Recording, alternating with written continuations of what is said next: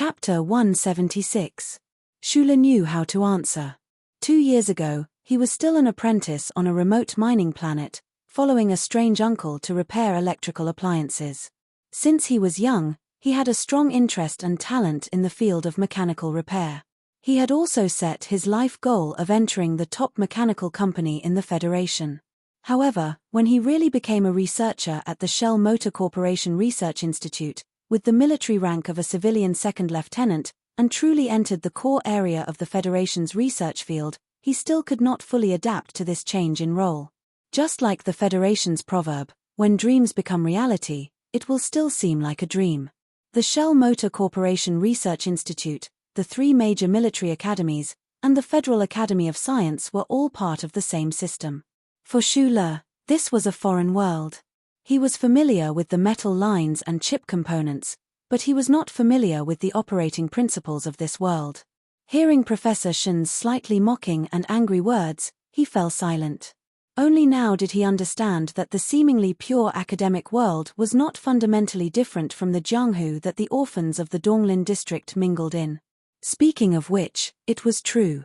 Things like power were applicable in the universe. Those who were already standing at the top would not allow a small character like himself to obtain enough capital through the success of the Federation's new generation of mecha.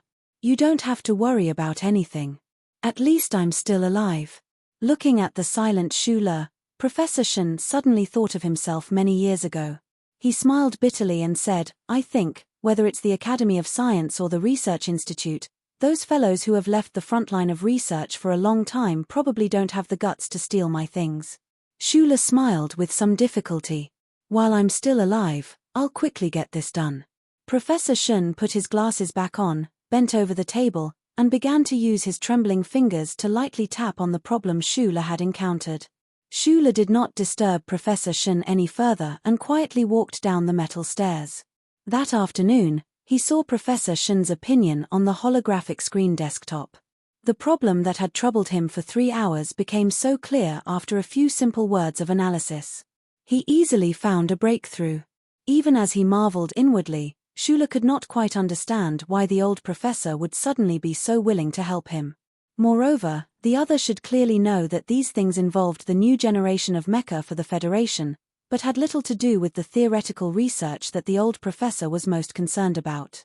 In the following days, Professor Shen and Shula, 2 eccentrics, one old and one young, kept repeating the process of researching, designing, encountering obstacles, inquiring, referencing, and solving problems in a quiet and undisturbed laboratory in the Research Institute behind the first military academy of the Federation. The main work was done by Shula, but Professor Shen was the one who was actually giving them directions. The old professor still spent most of his time in the office on the 2nd floor. He seemed to be sorting out some information. The rest of his time was spent teaching Shula outside of work. Shula and Professor Shen quickly became familiar with each other. Occasionally, they would drink tea and sit together to chat. However, the content of their conversation would definitely be considered rather boring to an outsider. When it comes to studying, you actually have to go to extremes. Professor Shen sat on the stairs on the 2nd floor, a cup of hot tea placed beside him. He said in a trembling voice, back then, after I graduated from University 1, I directly entered the Husk Institute as an assistant. Later on, I made some achievements and entered the Academy of Science. I once had many glorious moments. For example, when that generation of mecha officially came off the assembly line, I was also very excited. However, when I got older, I finally understood that the mission of a scientist was not to develop machines that could kill people faster and more efficiently. Professor Shen took a sip of tea and sighed. The development of science will definitely make weapons more advanced, but the goal of scientific development is not to do so. It is to go to extremes. Large to the extreme is the universe. Small to the extreme is the quantum. Professor Shen did not look at the dazed Shula downstairs.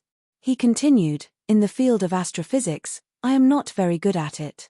The creation and destruction of the universe will ultimately return to the realm of philosophy. However, I am also very bad at philosophy, so in the end, I set my sights on measuring the dynamics of the quantum. I always thought that everything in the universe should have a pattern to follow, or perhaps it should be said that there is a reason to speak of.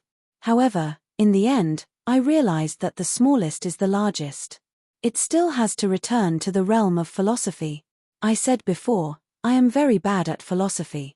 Professor Shen was like a child, sitting at the bottom of the stairs on the first floor as he spoke with a laugh. Shula sat on a chair on the first floor, a smile also appearing on his face. This kind of pure conversation without any other things was very interesting for people like them. In the entire Federation academic community, no one knew that the two people in this laboratory were currently researching the difficult problem that the Federation's newest generation of mecha were facing. Even more so, no one knew that their research progress had long left everyone else far behind. These past 2 days, Shula and Professor Shen had been able to drink tea and chat frequently precisely because he had confirmed that their direction was correct. It would not be long before the modification work on the new MX Mecha's electronic jets would be completed. The Federation's most difficult problem had gradually become ridiculously simple in front of these two people. The reason it was so easy was partly because Professor Shen had absolute experience and results in the field of measuring the dynamics of the quantum. Although those were just side results from his long research journey, they were already enough to provide strong theoretical support for the problems that had arisen in the new generation of mecha's power system. Those theoretical data models might have needed to be studied from scratch by other researchers, but on Professor Shen's side, they were all ready-made things. As for the other part, that was Shula's strong learning ability and practical ability. Transforming a theoretical data model into a real design process was a very crucial part. Even an engineering department would need to spend a large amount of time performing repetitive calculations to be able to draw up the most probable structural blueprint. These past few days, Professor Shen had given Shula many surprises, and Shula had also given the old professor countless surprises. This young researcher was like a database that had gathered the wisdom of the Federation's engineers. For every data model, he would always be able to find a matching real design in the shortest amount of time. This kind of ability could not be explained, it could only be called a gift. Professor Shen looked at the young fellow downstairs and could not help but think to himself with a smile, what exactly was in this child's brain? Shula's brain was filled with the practical ability that Uncle Fengyu had taught him, the bold and imaginative design concepts, and in the deepest recesses of his mind were the endless structural blueprints that the Black Dream had given him. Until today, he still thought that these high-level structural blueprints were a legacy that Uncle Fengyu had left for him. He had no idea that these blueprints were actually the greatest existence in the Federation, the most profound wisdom, the central computer of the Bureau of Proclamation, which was located who knew how many kilometers underground, had bestowed upon him this wealth in order to awaken him. The Federal Central Computer stored all the high-level structural designs that had existed for tens of thousands of years. Although these structural designs might not necessarily be able to be turned into reality, the fact that they could appear in the central computer meant that their standards were naturally incomparably profound. Under these conditions, Shula already possessed all the qualifications to become the most outstanding engineer in the Federation without question. Moreover, these qualifications that he possessed were so unique that they could not be replicated. From an apprentice, he was about to become the one who decided the fate of the most advanced mecha in the Federation. Shula's mood was relaxed and joyful, but he could not help but feel a little perplexed. He reflexively fished out a cigarette from his pocket and lit it, but he immediately remembered that the old professor was looking at him from upstairs. He raised his head awkwardly and saw Professor Shen's eyes light up. The two fingers resting on his knees slowly spread open. I haven't smoked in a long time. Professor Shen took a deep drag on his cigarette and unskillfully blew out a broken smoke ring. In his early years, when he was addicted to nights in the laboratory, this top scientist of the Federation was also used to never leaving his hand without a cigarette. However, when the war between the Federation and the Empire broke out, Professor Shen resolutely gave up smoking for the sake of the slogan working healthily for the Federation for 50 years. In the blink of an eye, it had already been several decades. The old man and the young man sat on the metal staircase on the second floor of the laboratory, smoking cigarettes and chatting idly. They were very much like the bored passers-by at the entrance of a supermarket in the capital special district. However, Professor Shen was looking at all the details in the laboratory. Everything here had been pieced together by him, bit by bit. Schuler was sizing up Professor Shen from the corner of his eyes. The yellowish-brown spots on the old man's face were getting darker and brighter. In the past few days, the professor's spirits had been extremely good, but Schuler kept feeling that there was a bad omen in his heart. That night, Schuler returned to his apartment in Wangju. After washing Zhu Yu's hair, he shut himself in his bedroom and lay on the bed with his eyes open. He stared at the ceiling above his head in a daze. The endless pictures in his mind moved according to his will. It was a map of the Donglin district full of mines and green fields. Naturally, he thought of Uncle Feng Yu. In the past few days, he had spent all day and night with Professor Shen and received a lot of sincere praise. Only now did he truly understand how much Uncle Feng Yu had taught him during his days at the repair shop in the Donglin district when he taught him how to repair home appliances. Schuler felt that his luck in life was pretty good. Although his life was a bit messy, starting from the Donglin district, he often met some nobles. The so-called nobles were people who sincerely helped him. Uncle Feng Yu was like that, and so was Professor Shen. The next day, he walked into the research institute in silence as usual. However, as he walked in, his mood became strange. This was because the colleagues he met on the way, besides greeting him, all looked at him with a very complicated gaze. In front of the laboratory door, he saw a few officials in military uniforms. They were probably the supervisors of the technical department of the Shell Motor Company. Without the authorization of the chip, these officials could only wait outside the laboratory door. Second Lieutenant Schuler? Yes. Let me inform you of something. Schuler's hands clenched tightly. He could not believe the news he had just heard. The breakfast in the paper bag in his hand was slightly distorted by his grip. This was a small yellow pancake for Professor Shen. Yesterday, the old professor had said that although his teeth were not in good condition, he really wanted to eat this. Without the authorization of Professor Shen or a written order from the company, no one was allowed to enter the laboratory. In this case, why did the company's top officials suddenly appear at the entrance of the laboratory and are so anxious to go in? Schuler understood the reason behind this, but because of the indifference shown by the other party, and the feeling that something was wrong, he silently blocked the entrance of the laboratory. "Who do you think you are? How dare you block my way?" The director of the third department of the institute looked at Schuler in front of him with his head down, as if he didn't hear him and didn't see him. He suddenly felt embarrassed and pointed his finger at Schuler's nose and scolded loudly, "This is the last time I'm telling you, hurry up and open the door of the laboratory and hand over your electronic keycard. You don't have to come to work tomorrow. You are a senior officer, but even if you want to fire an active soldier, you don't have the right to do so." Schuler raised his head and calmly looked at the several officials in front of him, and said, "As a soldier, I have to do things according to the rules. Where are the military police?" The director's eyes emitted a cold light. He didn't want to waste time with this strange low-level researcher. He looked at Schuler and said angrily, "The laboratory is the property of the company, the property of the Federation. Do you think it's yours, or Old Shen's? Do you think you can't enter the institute if you don't open the door?" With the powerful strength of the Husk Institute, it was no doubt very easy to open the electronic door of a laboratory. Today, when these officials heard the news of Professor Shen's death, they rushed to the laboratory immediately. They didn't choose to enter directly, but instead waited for Schuler's arrival. Naturally, they didn't want this matter to be solved in a more peaceful and discreet way. However, they didn't expect this young researcher to unexpectedly block the door so valiantly and not let them enter. The officials had lost their patience and directly called for the military police. "There's no need for the military police, I can walk by myself." Schuler's voice became louder, and it echoed in the quiet corridor. Gradually, many researchers wearing white coats walked out of the adjacent laboratory. The crowd looked at the conflict with puzzled eyes. Schuler looked at the arrogant and angry officials in front of him and said loudly, "Professor Shen's body is not cold yet, and you want to force your way into the laboratory? Are you planning to steal something? Unless you show me a written order from the board of directors, don't expect me to open the door for you.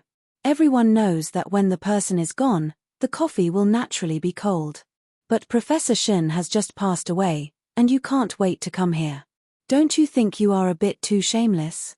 At this time, Shula's mood was unusually cold. He still hadn't gotten over the sad news of Professor Shin's death, and now he had to face these hateful officials. However, the anger and shame on his face were fake. Today, he said so many words like a hot-blooded young man. It was because he knew that a mere civilian second lieutenant, an assistant researcher who had just joined the company for a few months, could not stop the company's management from entering the laboratory, so he had to make his voice louder and let more people know about this. Both sides of the long corridor were full of laboratories.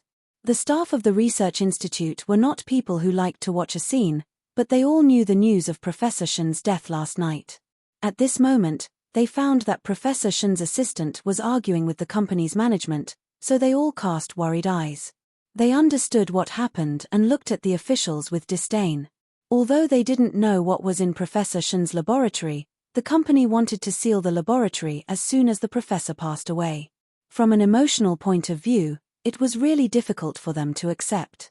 At this time, a team of fully armed military police, after receiving the order from the management, rushed from the end of the corridor to the door of the laboratory. They vigilantly surrounded Shula, ready to subdue him at any time. At this time, the technical chief of the board of directors of the Nutshell Company, who had been silent, whispered a few words in the ear of the director of the 3 departments. Probably these senior officials were not willing to go too far in the current situation. Shula narrowed his eyes and did not give these officials a chance to turn around in front of the crowd.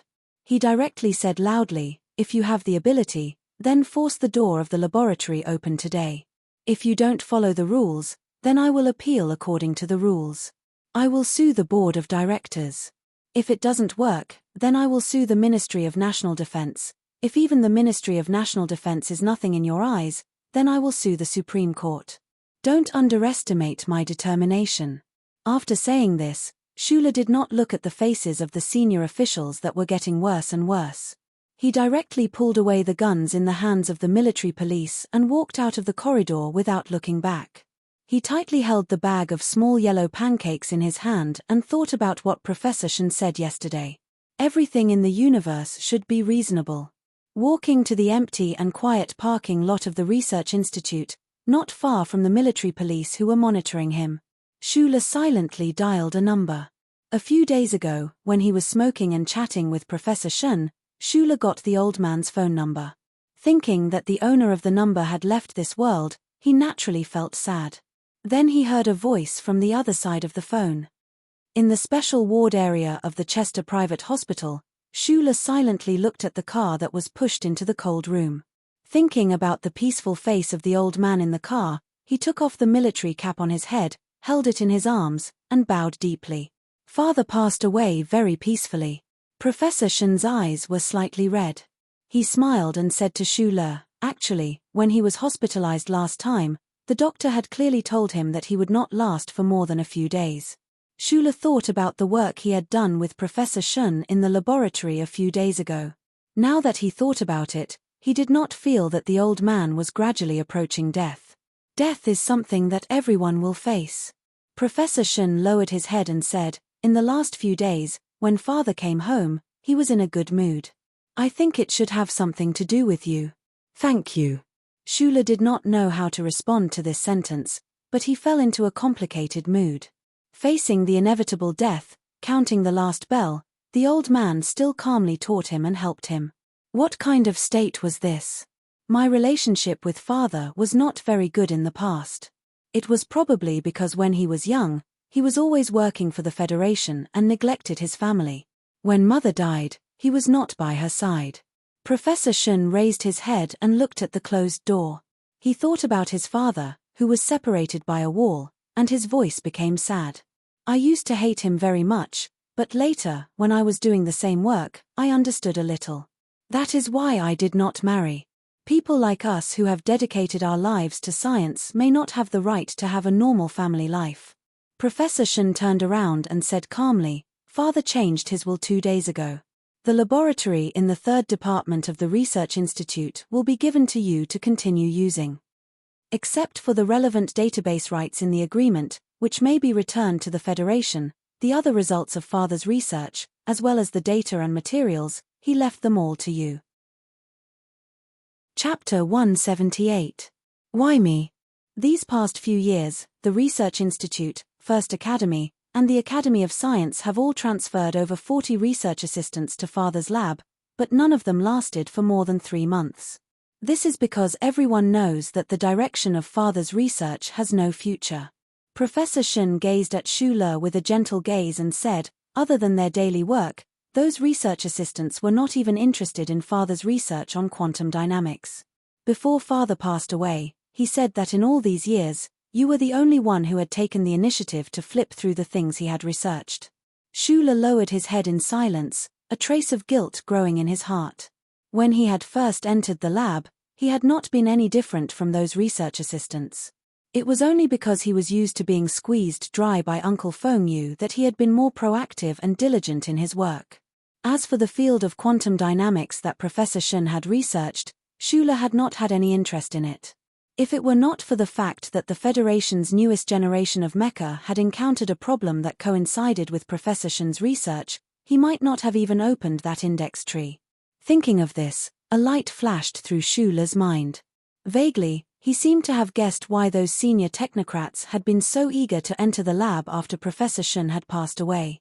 However, he still could not confirm this point. Seeing that the young assistant had fallen silent, Professor Shen thought that the young assistant would not be able to accept the sudden news.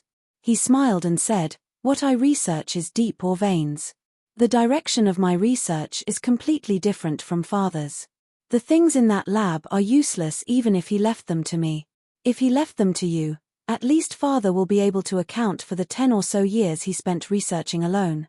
After a moment of silence, Xu Le told the other about what had happened at the Research Institute this morning. After all, the other was Professor Shen's son. Whether it was from a legal standpoint or from a personal standpoint, he needed Professor Shen to give him an opinion on the unreasonable demands of those senior technocrats. "I'm afraid I won't be of much help in this matter." A trace of pain appeared in Professor Shen's calm eyes. Like his father, he devoted himself to research. His father left everything in the laboratory to Xu Le, and he had no objection. However, when he heard that the company's bureaucrats wanted to force their way into the laboratory before his father's body was even cold, he still felt sad and angry even though he didn't know what those bureaucrats wanted. "Here are some files, some of my father's work notes, and some legal documents. I didn't read it carefully, but the agreement that father signed with the Husk Institute should be in there." Professor Shen handed Xu Le a micro-storage device and seriously said, "If you really want to go to court in the future, let me know. I'm willing to testify for you. People who engage in research are always more naive." The Husk Company represented the will of the entire Federation. At least, the several senior officials who suddenly appeared this morning represented the will of some of the forces in the Federation. Whether it was Professor Shen or Xu Le, in front of this force, they all seemed so small and pitiful. Xu Le believed that if those officials really wanted to enter Professor Shen's laboratory, they would have countless ways and reasons to do so. Professor Shen's request to testify in court would probably never become a reality. The officials simply wouldn't let this matter go to court. A glass of white wine spilled on the table. This was the custom of the Donglin district. Xu Le narrowed his eyes and looked at the wine stains on the table. He remembered what Professor Shen said that day. "While I'm still alive, I'll do it." However, Professor Shen had suddenly passed away just like that. Xu Le's eyes narrowed more and more. The conjecture he had in the hospital gradually surfaced in his mind. It became clearer and clearer, more and more realistic. It looked like the researchers of some departments had probably gradually discovered the importance of Professor Shen's research results in the process of developing the new generation of mecha for the Federation. Other than the development of the new generation of mecha for the Federation, what else could make those officials so nervous? They actually wanted to force their way into the laboratory right after Professor Shen's death. Subconsciously, Xu Le took out a thin piece of small yellow pancake from the paper bag beside him. He slowly chewed on it and poured himself a glass of wine. The wine was mixed with the aroma of grains, giving off a spicy and painful taste. He took a deep breath and made up his mind. No matter what those officials thought, and no matter whether he could protect the laboratory, at least the electron jet must be successfully developed in his hands. On the new generation of mecha for the Federation, Professor Shen's name must be written. Shula was a calm and collected person. In the past few days, his emotions had been stirred by the new generation of mecha. That was because he liked it, because it was his life's dream. Moreover, he needed to use the success of the mecha to help himself achieve a certain goal. Other than that, his heart was like a boulder. However, the person had already passed away. What belonged to Professor Shen should belong to Professor Shen. What belonged to him should belong to him. For an orphan who was like a rock in Donglin, there was no one to snatch. Things could be shared. If someone snatched it, then he would snatch it as fiercely as a cub. What happened? Zuyu frowned and looked at Shula's solemn expression. She looked at the wine on the table and the others' furrowed brows because of the spiciness. She knew that something must have happened to this ordinary young man today. Professor Shen has passed away due to illness. Even without chatting with Shula, Zuyu knew who Professor Shen was. There were not many Nebula Award winners left in the Federation. She was silent for a moment and then turned on the television. The news was broadcasting the news of Professor Shen's death. This old man who was far away from the Federation's academic center and had gradually been forgotten by the citizens of the Federation had finally shocked the numb world. In an instant, many people remembered Professor Shen's outstanding contributions to the Federation back in the day. Shula did not look at the news. He only listed out his goal and process in detail in his mind, analyzing where he had gone wrong and where he could make up for it. Suddenly, he stared blankly at Zuyu on the sofa for a very long time. Zuyu was not used to being stared at by him and said coldly, "What's wrong with you?" "Professor Shen has been helping me research something recently. Specifically, this thing involves the success of the Federation's new generation of mecha." Shula drank another glass of strong wine and narrowed his eyes. He told Zuyu everything that had happened in the past few days. Zuyu became more and more engrossed as she listened. Her eyes lit up. As the daughter of the Deputy Minister of National Defense, she was not an ignorant and incompetent person. Of course, she knew that what Shula was saying now was of great significance to the federal military and even to the war between the Federation and the Empire. The more important the matter was, the more benefits it would bring and the more attention it would attract. Zuyu was silent for a long time before she suddenly said, "Since the Husk Institute places so much importance on your laboratory, it looks like many people already know that the success of the new mecha cannot be separated from Professor Shen's research. The problem is, we don't know how much those people know. Is it because their research has run into problems and they need the information from Professor Shen's laboratory? Or is it because they already know that you are close to success and want to snatch the fruits of your labor?" After so many days of interaction, Zuyu had already naturally referred to Shula and himself as we. Shula thought for a while and said, "It should be the former. No one can protect the laboratory." Zuyu looked at him seriously and said, "You are an employee of Nutshell and also a civilian soldier directly under the Ministry of National Defense. No matter what your identity is, you are just a small fry." Shula looked at her quietly. "Don't look at me. My father is indeed a soldier with a technical background.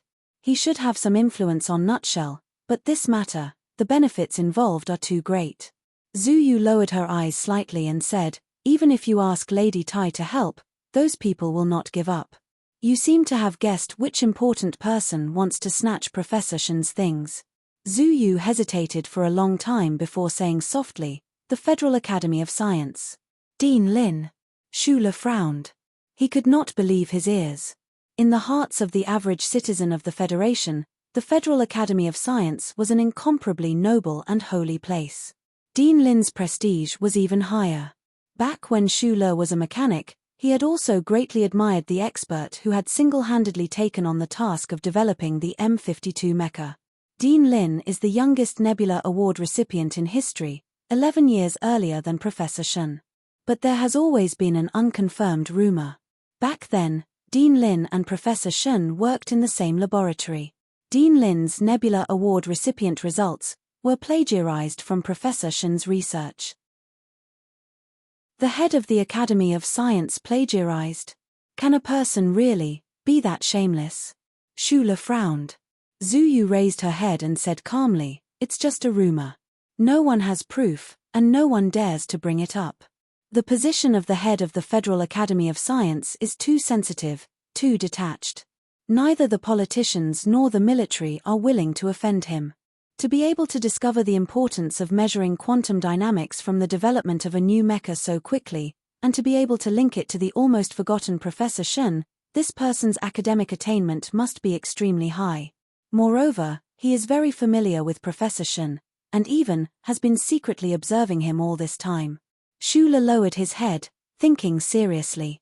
If Zuyu's guess was somewhat correct, then he had to admit that the head of the Federal Academy of Science, such a detached figure who was deeply respected by the Federation and whose students were spread across the various key technical departments of the Federation, if he really wanted to steal the fruits of Professor Shen's research, Shula would not be able to do anything about it.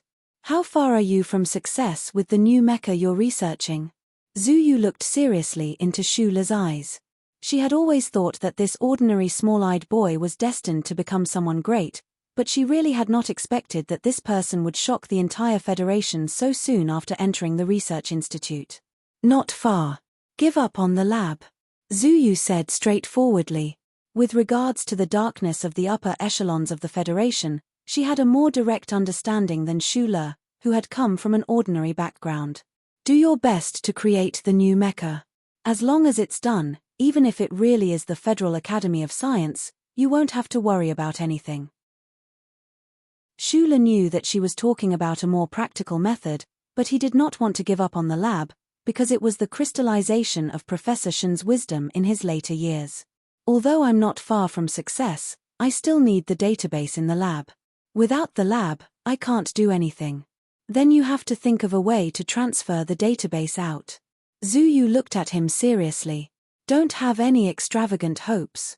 I believe that when you return to the Research Institute tomorrow, you will be transferred out, and in this lifetime, you won't be able to take one step closer to the lab."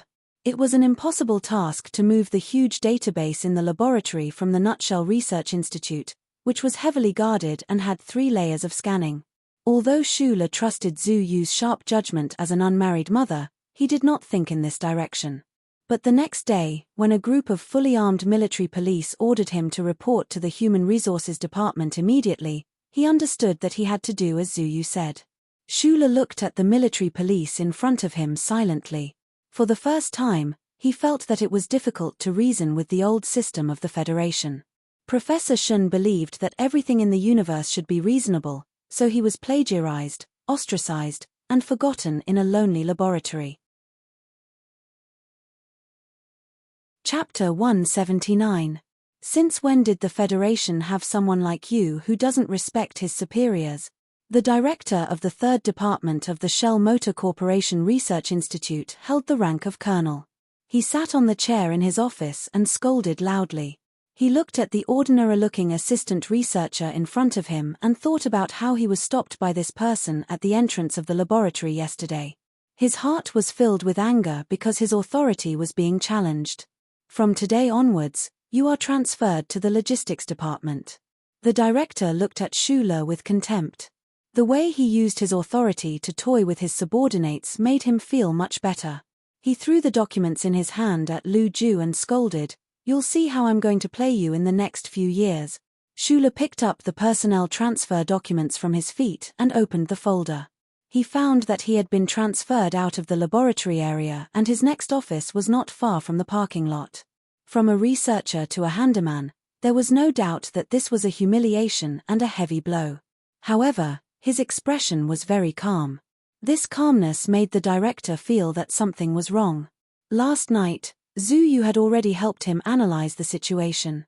Although he had the agreement between old Professor Shen and the Nutshell Mobility Company in his hands, and could prevent those people from entering old Professor Shen's laboratory, his people were still under the jurisdiction of the Nutshell Research Institute and the Department of National Defense. With just a personnel transfer order, those people could drive him to the edge of the area, deprive him of his authority, and make him unable to approach the laboratory again. If he couldn't get close to the laboratory, then he naturally couldn't stop those people from entering the laboratory. Schüler silently closed the folder. He didn't look at the director. He casually saluted him and walked out of the office. Walking in the quiet corridor, the doors of the laboratories opened one after another. The researchers who usually didn't care about the outside world and only knew how to do research all stood at the door. They looked at Schüler with a complicated expression as they watched him leave. They didn't know the inside story. They only knew that old Professor Schön's last assistant had offended the company's top management and had been sent away at this time. He was also a researcher. A feeling of sympathy for the death of a rabbit pervaded the entire corridor. Schüler did not pay attention to the sympathetic gazes of these people. He lowered his head slightly and walked towards the end of the long corridor. Even when he passed by the door of his laboratory, he did not stop at all. A few fully armed military police had already taken control of the entrance of the laboratory. If he wanted to rush in now, what awaited him would most likely be bullets. The people at the Federal Academy of Science obviously needed Professor Schön's research results. However, if those people didn't want to attract attention, they would definitely wait until a few days after he left the laboratory. After the whole thing had died down, they would find a way to enter the laboratory. In other words, Schüler still had some time, but the time was too short, and he had not thought of how to steal the huge database in the laboratory. The security checks at the research institute were extremely strict. Every researcher who entered and left had to go through 3 scans. The Federation's current high-end storage devices might be able to transfer the data from the research institute's database, but they definitely wouldn't be able to pass the scans. The next day was Professor Schön's funeral. The location of the funeral was chosen at the Milky Way Public Cemetery on the outskirts of the capital. When black cars in 2s and 3s slowly drove along the mountain road to the cemetery, the late spring sky suddenly started to rain. The raindrops pattered, moistening this world that was filled with a peaceful atmosphere. Schüler held a black umbrella and silently stood behind Professor Schön, blocking the cold rain from the sky for him. His eyes calmly scanned the crowd beside the grave. Although Professor Schön had long been away from the academic center of the Federation, he was still a Nebula Award winner. He had a very high reputation in the academic circle. Now that he had passed away, whether or not they had forgotten his existence, many people still chose to send him on his last journey. The people attending the funeral wore dark clothes, most of them black, with a small white flower pinned to their chests. Under the cold rain in late spring, and against the cold mountain behind the cemetery, it revealed a sad and solemn feeling.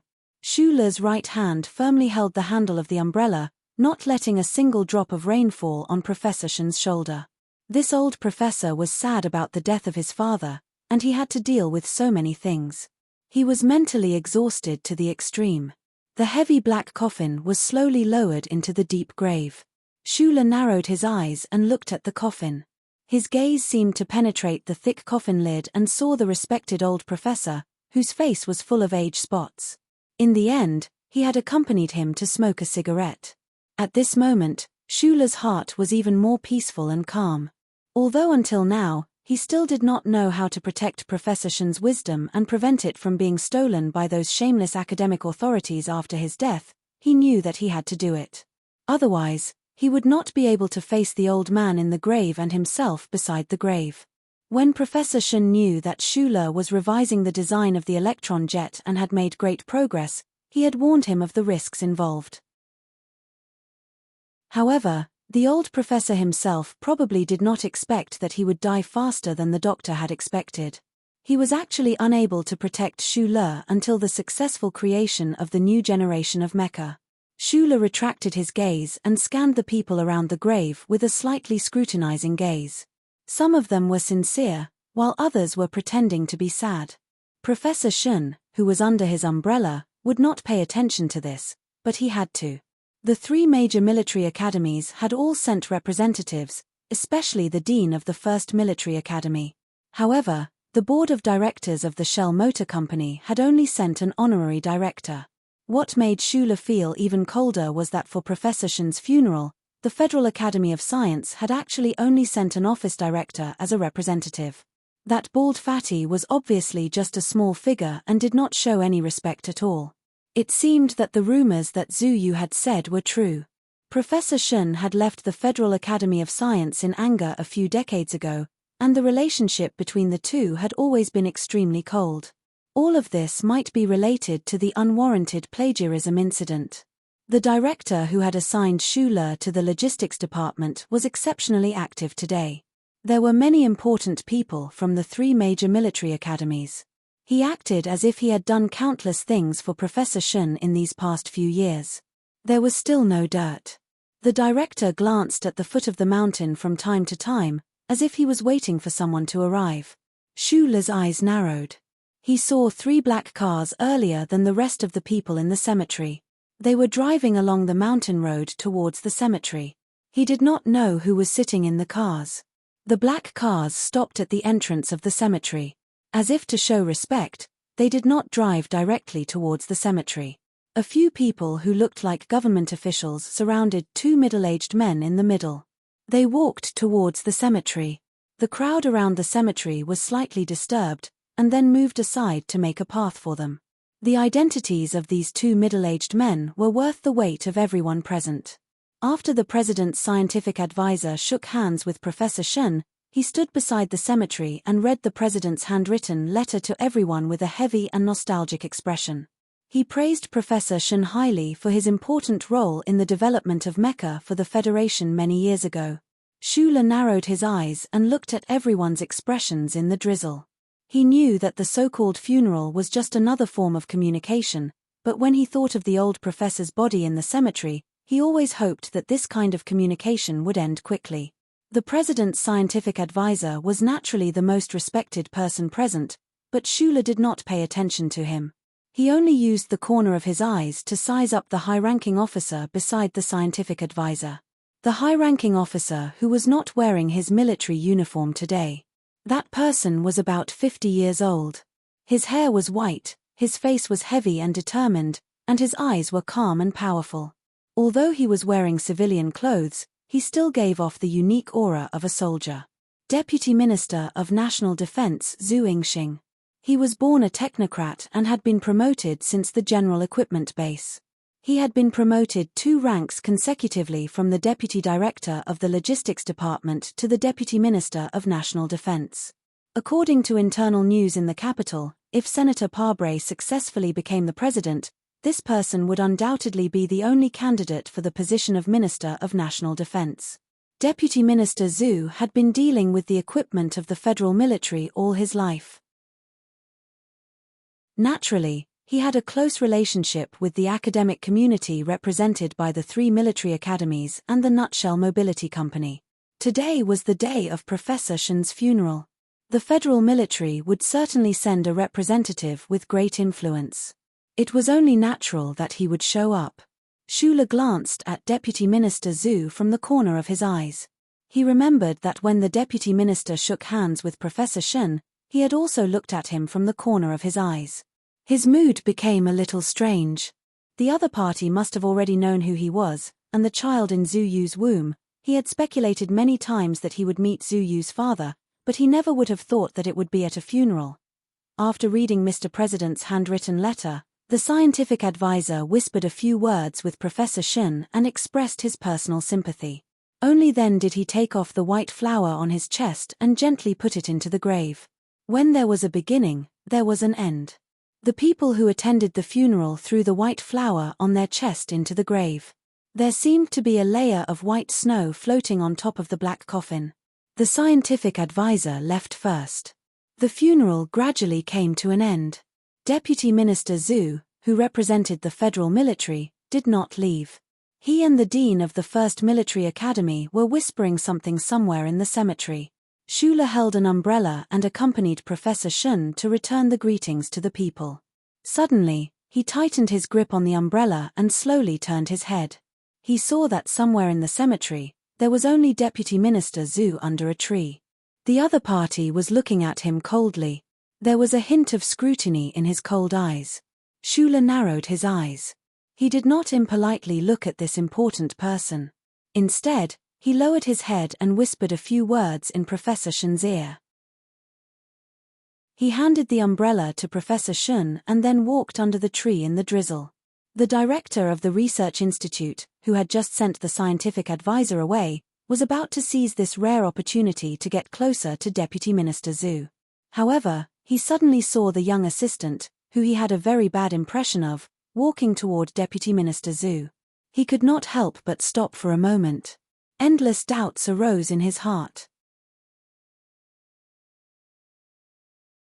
Chapter 180. The drizzle continued to fall from the sky above the Milky Way cemetery. Shula walked towards the big tree in the rain. The Deputy Minister of Defense under the tree coldly watched his every step. When he was about 5 meters away from the tree, 2 officers appeared behind Deputy Minister Zhu and watched him vigilantly. Shula knew that the Deputy Minister of Defense must be surrounded by the best soldiers of the federal military as a safety barrier, but he didn't stop. Even Madman Li couldn't beat him. The military, which was considered strong by the citizens of the Federation, couldn't make Shula feel too much fear. Shula didn't stop at all. Deputy Minister Zhu's cold eyes showed a hint of complexity. He casually waved his hands behind his back. Although the movement was small, the 2 Federation soldiers immediately retreated to a place far away in silence. Shula stood in front of the military boss. After a moment of silence, he said, "Hello, I'm Shula." Deputy Minister Zhu looked at him calmly for a long time before he said softly, "I'm Zhu Yingxing." There were many factions in the federal military. This was naturally formed through a long history and war. But no matter how you looked at it, Zhu Yingxing, who had absolute influence in military logistics and was moving from the position of Deputy Minister of Defense to the position of Minister, was undoubtedly one of the most powerful figures in the federal military in recent years. Although he only introduced himself softly, his voice was very clear in the rain. It fully revealed the majesty of this military boss. Shula lowered his head slightly. From the corner of his eyes, he noticed the hateful director not far away. It seemed that he didn't mean to, but in fact, he was carefully watching them. He couldn't help but have a thought. Zhu Yu is doing very well now. She doesn't smoke or drink. Her child is also quite good. Shula went straight to the point. Of course, it was impossible for such a big shot to stay in the cemetery temporarily to look at the mountain scenery in the rain with Shula. Deputy Minister Zhu did not expect the young man to be so direct. He frowned and said after a moment of silence, "Yuzi was hospitalized a few days ago. It was a sign of a threatened abortion, but it's fine now." In an instant, Shula felt a strong pressure. The other party might have really thought of him as a hairy son-in-law. If Zhu Yu was not feeling well, then it was naturally his problem. Too much pressure, too nervous. Shula said immediately. There was no need to say it out loud. What he meant was that the Zhu family was giving her too much pressure. Since she used her own life to bet that child's life, she should know that this pressure was not given to her by her family, but by herself. Deputy Minister Zhu's cold face did not soften at all. He looked at Shula's ordinary face and frowned slightly. The drizzle continued to fall. Although it was not heavy, it was enough to wet the clothes of everyone in the cemetery. Some people had already noticed that Deputy Minister Zhu was talking to a young man under the tree. However, they did not know the specific content of the conversation, so they all got into their cars and left. Professor Shen still had to deal with some other affairs. In the empty and quiet cemetery, there were only a few soldiers scattered around, as well as Deputy Minister Zhu and Shula under the tree. Of course, there was also the director of the Husk Institute, who pretended to be hiding from the rain, but could not find a suitable place to hide. The rain fell on the brim of Shula's military cap, making a slight sound. The rainwater flowed down the brim of his cap and onto his face. He could not help but squint his eyes. Deputy Minister Zhu, who was standing in front of him, still had his hands behind his back. He did not care about the rain falling from the sky at all. Today, Shula was wearing a military uniform, while Deputy Minister Zhu was wearing civilian clothes. However, in this strange silence, the two of them gave off the opposite feeling. Deputy Minister Zhu was still the real soldier. After a long silence, Deputy Minister Zhu suddenly said coldly, "You knocked up my daughter, and you still dare to stand in front of me without the slightest trace of shame on your face. There are only 3 possibilities. First, You are an extremely stupid guy who does not know how to spell the word death.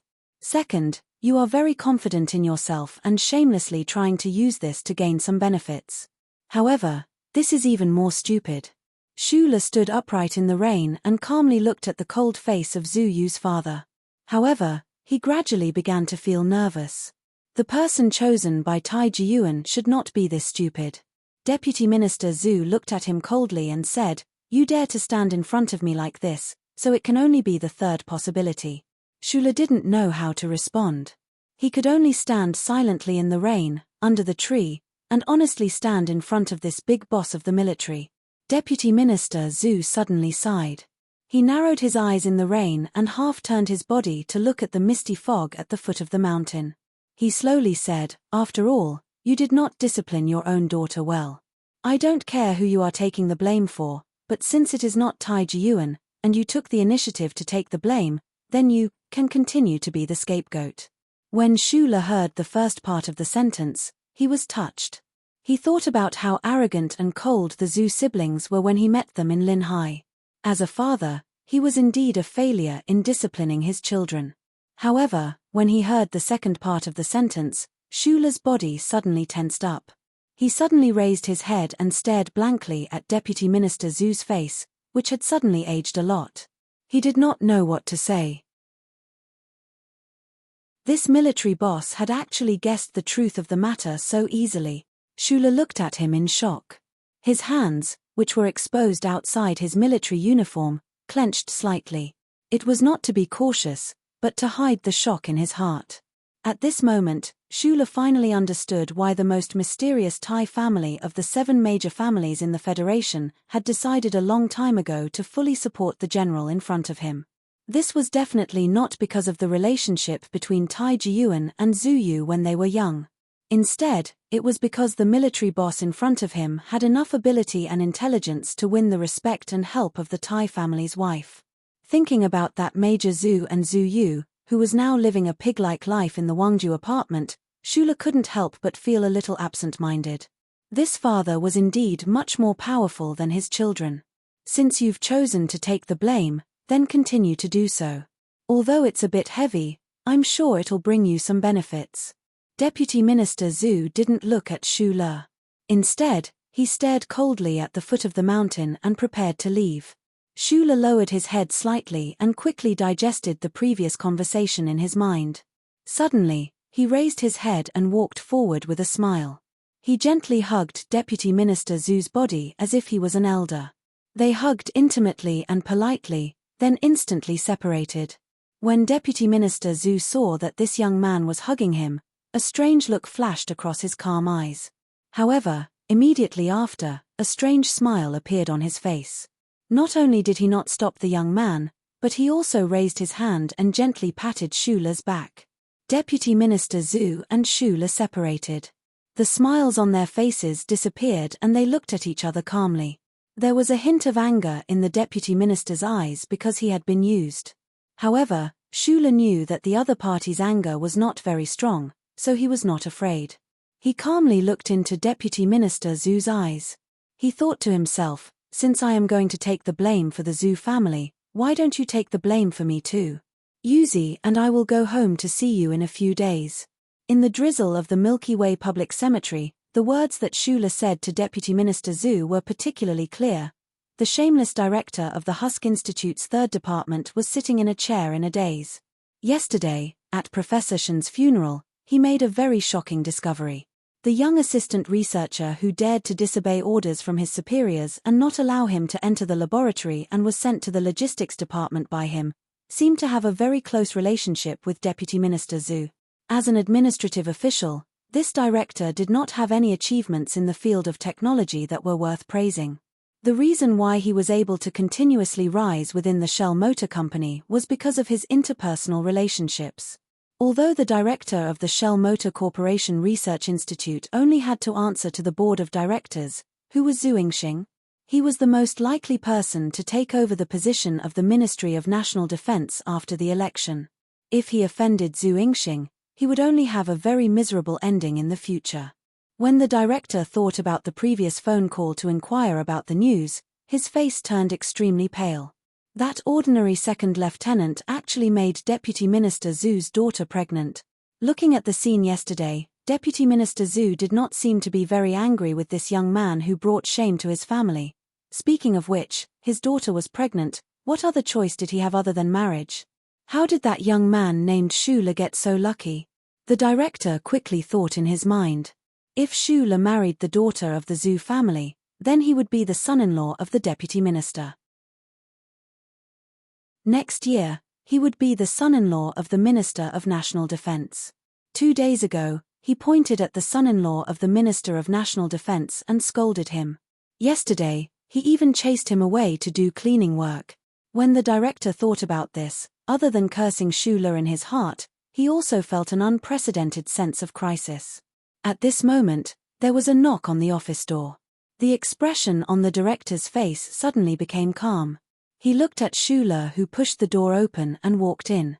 He put on a smile that he thought was very appropriate and said gently, "Second Lieutenant Shu, I know that yesterday's personnel transfer may have caused some misunderstanding.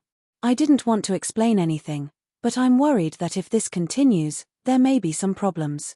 He sighed and said seriously, "The decision to seal Old Shun's laboratory was made by the Academy of Sciences and the Board of Directors. I transferred you away because I don't want you to have any conflicts with them. This is to protect you."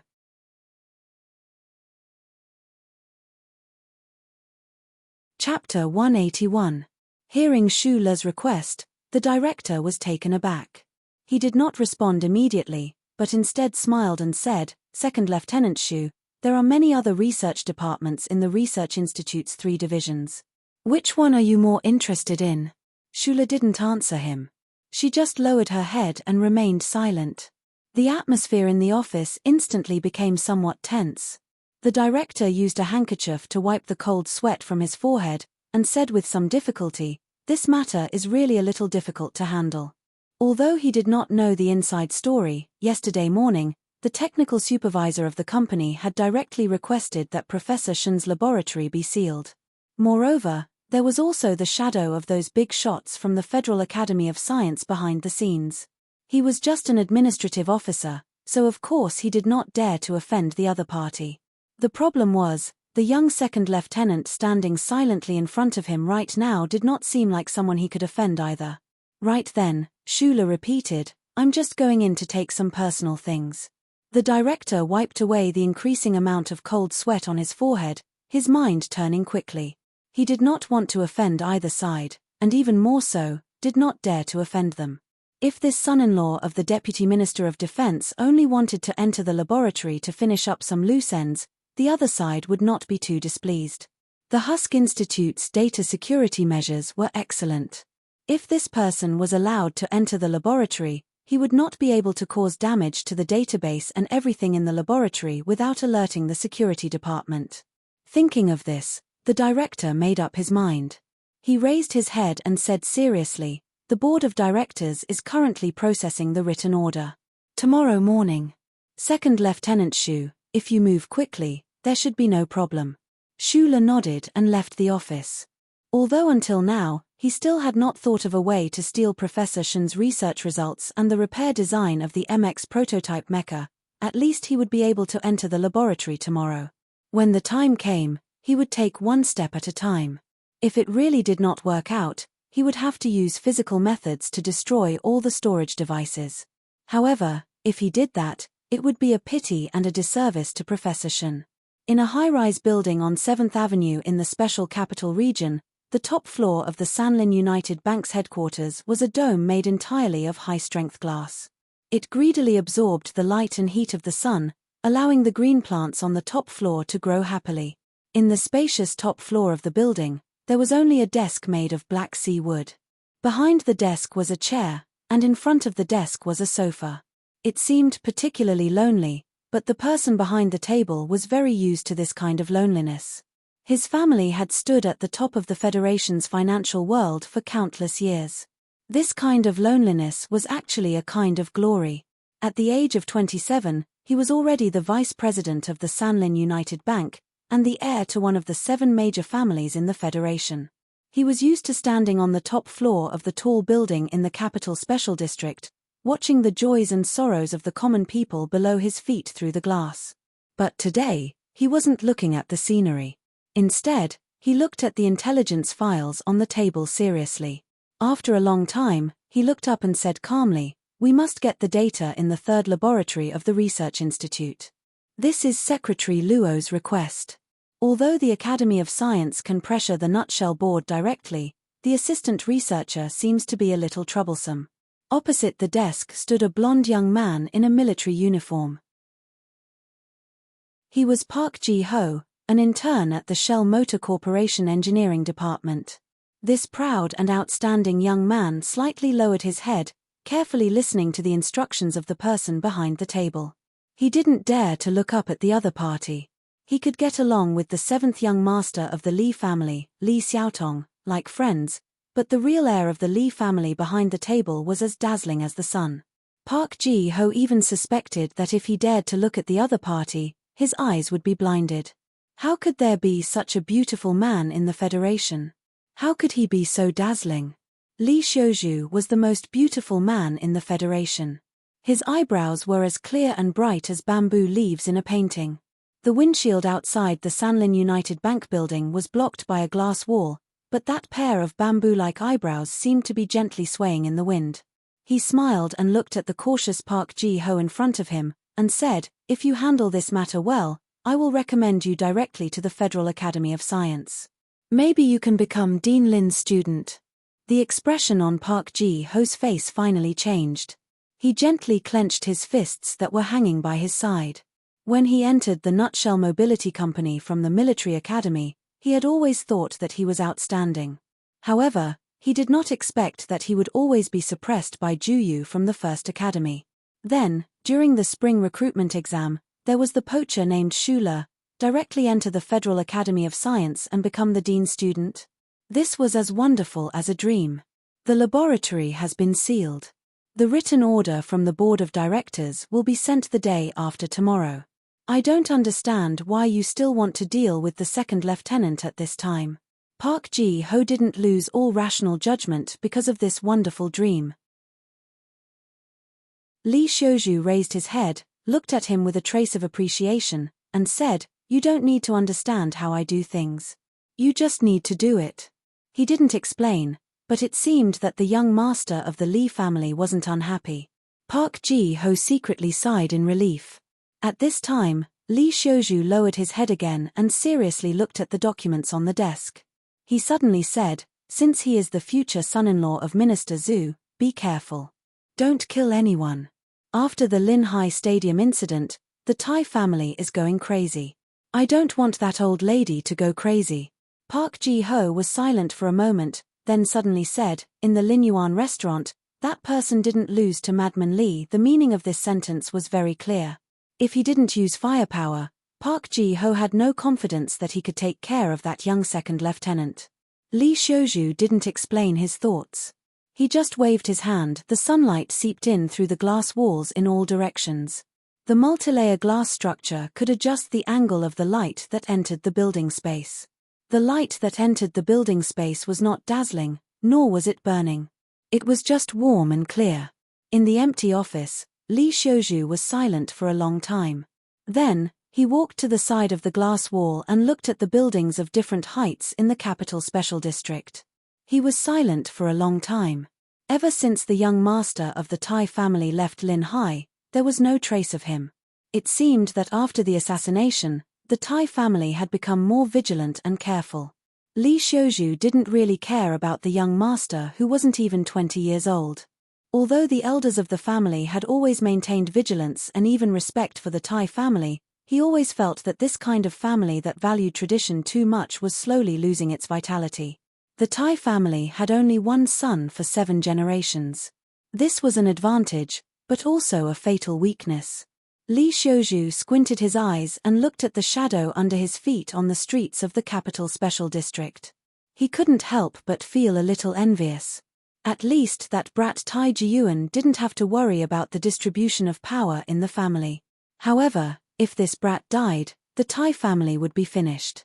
Among the 7 families in the Federation, other than the Tai family and the Zhong family, The other 5 families had always faced the problem of the distribution of power. Although these families had a mature inheritance system in the past tens of thousands of years, the conflicts between brothers and sisters wouldn't disappear just because of the existence of the system. Li Xiuzhu chose Park Ji-ho to do this. On one hand, he wanted to remove himself from this situation. On the other hand, he wanted to consider what kind of reaction the 7th son, Li Hyo Tong, would have when he found out that he used his own people. Everyone has their own fatal weakness. Li Xiuzhu looked at the scenery outside the window. He looked at the reflection of his beautiful face on the window and frowned. In his opinion, the fatal weakness of the Tai family was that Tai Jiyuan alone had to take responsibility for the continuation of the entire family. The fatal weakness of the old director of the Federal Academy of Science was that his reputation was too good. As for the Shuler that he had ordered to be dealt with, that was his name, right? Li Xiuzhu didn't consider this person. Although this person seemed to have some ability and was gradually emerging, he was still not worthy of his attention. The son-in-law of the Zhu family? Madman Li didn't defeat him? Professor Shen's student? Li Xiuzhu's eyes showed a trace of coldness. He believed that he was very clear about how terrifying that crazy brat Li's of Philadelphia was. How could there be anyone in the Federation who could be Madman Li's opponent? All of this was just a smokescreen. That old man Li's of Philadelphia had always had a good relationship with Lady Tai. Who knew if Madman Li's actions at Linyuan that day were to create momentum for that chess piece called Shuler? If it was any other time, before he completely understood Shuler's true background, Li Xiuzhu definitely wouldn't have acted rashly. However, the current situation was different. He had to get the data in the Husk Institute's laboratory. Especially after he found out that Shuler and Minister Zhu had a conversation at the Milky Way Public Cemetery yesterday, his actions had to be faster. He even didn't mind using more violent methods. He didn't want to drag this matter out until Lin Banshan returned from the Great Triangle. Lin Banshan was the person he feared the most in the Federation. The birth of a new generation of mecha in the Federation was a great reputation. There were great benefits involved. A chess piece like Shuler should have the awareness to sacrifice himself for the greater benefits. Father, the matter has been dealt with. Don't worry. The latest by the day after tomorrow, the data will be transferred to the hands of the Academy of Science. We still need you to put in some more pressure on the nutshell board. After putting down the phone, Li Xiuzhu informed the secretary downstairs. After a moment of silence, he said, "Don't prepare flowers today. Prepare some delicious and normal food boxes. I'm going to Department 23 to pick someone up." In a manor in the southern hemisphere of Planet S1 in the Upper Forest District, an old man put down the phone in his hand. He turned his head and smiled at the 2 guests beside him. Dean Lin will probably return from the moon base the day after tomorrow. The governor of Jingju, Ross, smiled and said, "We will remember Mr. Li's support for us." "You're too kind." The current head of the Li family raised the wine glass in his hand and turned to the other guest. He said softly, "Mr. Medellin, I admire your genius thinking. You're probably the only one who can capture Dean Lin's heart." Senator Medellin remained silent. The head of the Li family held his wine glass and narrowed his eyes slightly. He was extremely impressed by the political wisdom of this old fox.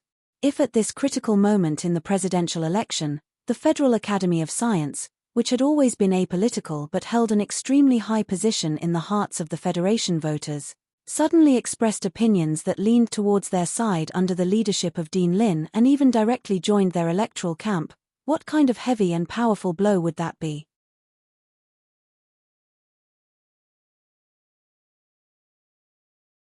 Chapter 182. To have enough power to pressure the board of directors of the Shell Motor Company and directly seal Professor Shen's laboratory was not something an ordinary person could do. That night, Zhu Yu had directly called out the name of the director of the Federal Academy of Science. That was a guess based on intuition, and a woman's intuition, especially a pregnant woman's, had a very frightening accuracy rate. Shuler could imagine why the Federal Academy of Science was so determined to snatch the work of the Federation's new generation of mecha. However, at this time, He did not know that behind the scenes, there was also the participation of the 7 major families of the Federation. He also did not know that on a deeper level, the development of the Federation's new generation of mecha was closely linked to the presidential election of the Federation, and all of this had been coordinated and designed by that Senator Macklin. He did not even know that at this time, there were people in the Capital Special District who were preparing to use violent means to deal with him. Danger was approaching him. All of this was to prevent him from interfering with the other party's acquisition of the data in the laboratory.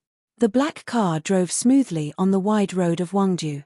Occasionally, overly green and succulent green leaves would fall gently onto the top of the car and then be abruptly bounced off. These green leaves had not reached the end of their lives. Instead, because they were too young and too nourished, they were envied by the heavens. The night was dark. At the entrance of Mountain Tiger Road, Shula's eyes narrowed. From the car's radar, he sensed a few cars approaching at high speed from behind. "Fasten your seatbelt." He spoke softly to Zuyu beside him. Today was the day of the routine pregnancy checkup, and they had just left Wangju Hospital. The rapidly approaching cars behind them might be passing racers or trouble, but Shula's first concern was Zuyu's health. On top of the Mountain Tiger Road, an inconspicuous off-road vehicle was quietly parked at the edge of the cliff. The window was rolled down, and the blonde Park Ji-ho coldly looked at the black car on the road below the mountain, as well as the vehicles behind it that were quickly approaching with dazzling headlights. He had used his own channels to investigate Shula. He knew that this person was indeed a guy with no background and only had some luck. Therefore, he increasingly felt that this world was very unfair. In the past few years, he had always been vaguely suppressed by Juyu. He could accept this because Juyu was an ace student of the first military academy. However, this person called Shula, what was he? Why was he able to enter the research institute? Why was he able to impregnate the daughter of the Deputy Minister of National Defense? Why was he so lucky to be able to get acquainted with the young master of the Tai family? Park Ji-ho was a friend of the Lee family's 7th young master, Lee Xiaotong. Tonight, he was working for the Lee family's eldest young master, Lee Xiuzhu. He was a smart person. He knew why the Lee family's eldest young master, who was as beautiful as a monster, chose him. Therefore, he was very careful in his work. Tonight, they didn't want Shula to die. They just wanted him to lie in bed for half a year so that he wouldn't disturb the plans of those big shots.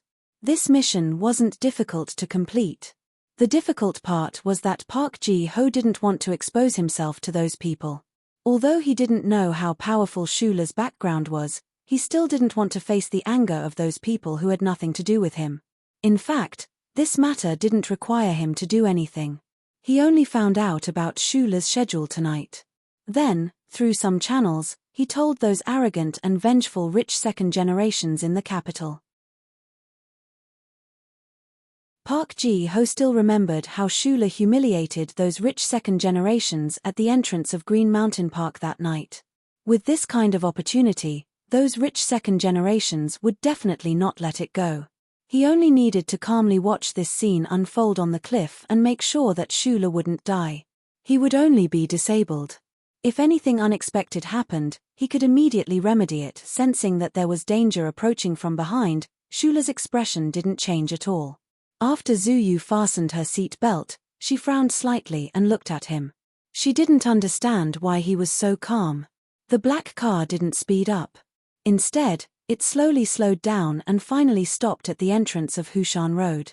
Shula carefully looked at the display of the light dots on the car control computer screen. He looked up, as if he wanted to see something on the mountain through the roof of the car. Accompanied by the ear-piercing sound of the brakes and a slightly burnt smell, 5 or 6 high-class sports cars suddenly stopped and surrounded the black car. The people in the car obviously didn't expect that Shula didn't step on the accelerator and leave. Instead, he stopped, as if he was waiting for them. Shula opened the door, walked out, and locked all the doors of the black car. Zuyu looked at those young people coming out of the expensive sports cars. She couldn't help but feel a chill in her heart. She knew very well that those people were here for revenge. Not only could she tell from their expressions, but also because they all brought their own bodyguards today. In the world of the Federation, Money meant everything. No matter what the background of these rich second generations was, their bodyguards were all very powerful people. "Looks like I'm lucky today to actually catch you." A young man with a gloomy face and an iron golf club in his hand walked toward Shula. He stopped about 5 or 6 meters away and said in a cold tone as if he was looking at a dead person, "Don't worry, we know what we're doing.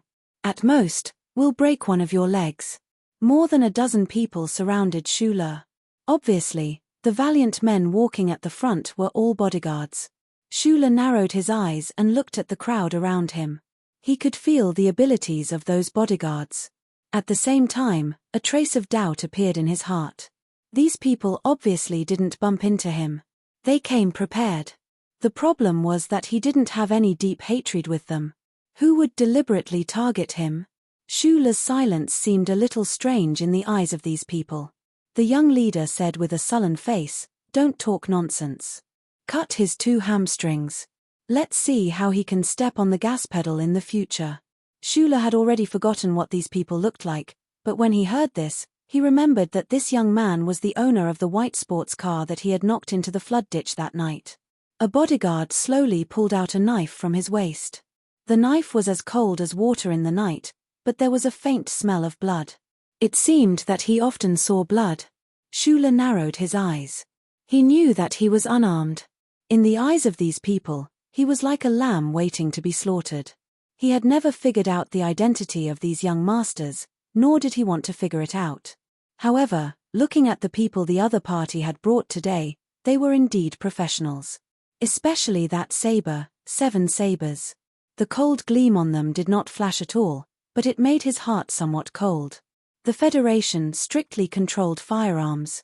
Except for people with deep military backgrounds like the Zhu family siblings, no one dared to casually take out a submachine gun to shoot. Even the Zhu family siblings had to be more careful in a place like the Capital Special District. Whether it was in the underworld or in the court, there was always a need for a good weapon to kill people. And there was no doubt that the 7 knives Shula was facing were used to cutting people's hamstrings and other cruel things. No one was an immortal. Madman Li was known to be invincible in the army, but that was only in a one-on-one situation. If Madman Li was facing dozens of shining and cold knives, he would probably immediately turn around and run away. But with that person's fierce reputation, probably no one would dare to chase him. Shula was only facing 7 knives, and he didn't have enough fierce reputation to intimidate the enemy, so he didn't run away. He already felt that some people and some forces had already targeted him. At this time, there was no point in running away. Whoosh! A knife chopped down at Shula's face. There was no fancy move, only ruthlessness and proficiency that had been immersed in for many years. At the same time the knife flashed, Shula had already moved. He knew that tonight was dangerous, so he didn't hold back. The bottom of his military boots on the concrete road was like an emergency brake, and the strong friction with the ground provided a strong support for his speed. With a crisp crack, before the knife chopped down, Shula had already closed in on the bodyguard's arms. He punched the man's armpit, and his right forearm, which was like an iron rod in front of him, actually hit the man's throat. That crisp sound was the sound of the throat cartilage breaking. The bodyguard didn't even make a sound. His body seemed to have been pulled out of his bones, and he softly fell to the ground. The cold knife in his hand had already left his hand and fell to the ground. The faces of the surrounding young masters instantly turned pale. They didn't know that the kid they were going to deal with today was so difficult to deal with. The knife was still falling in the air. Shula tightly held the handle of the knife. His feet were still firmly planted on the concrete road, and there wasn't a trace of trembling.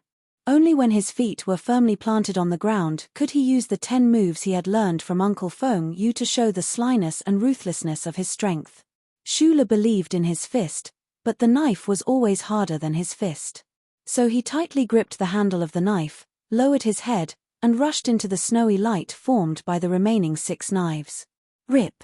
The blade cut through his clothes, cut through his flesh, and blood spurted out. Shula's feet firmly planted on the ground, but his upper body was like a willow branch in the wind, randomly swaying and swaying.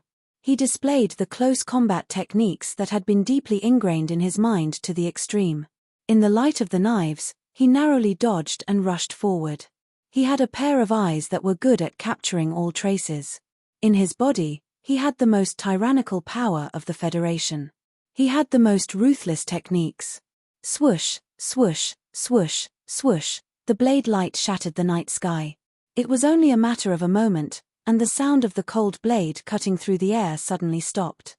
During this process, the blade that Shula was holding tightly did not make a single contact with the 6 blades. The 7 bodyguards who used knives all fell into a pool of blood.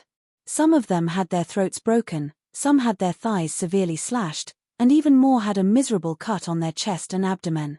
Some of these bodyguards used long battle knives, while others used extremely vicious military knives.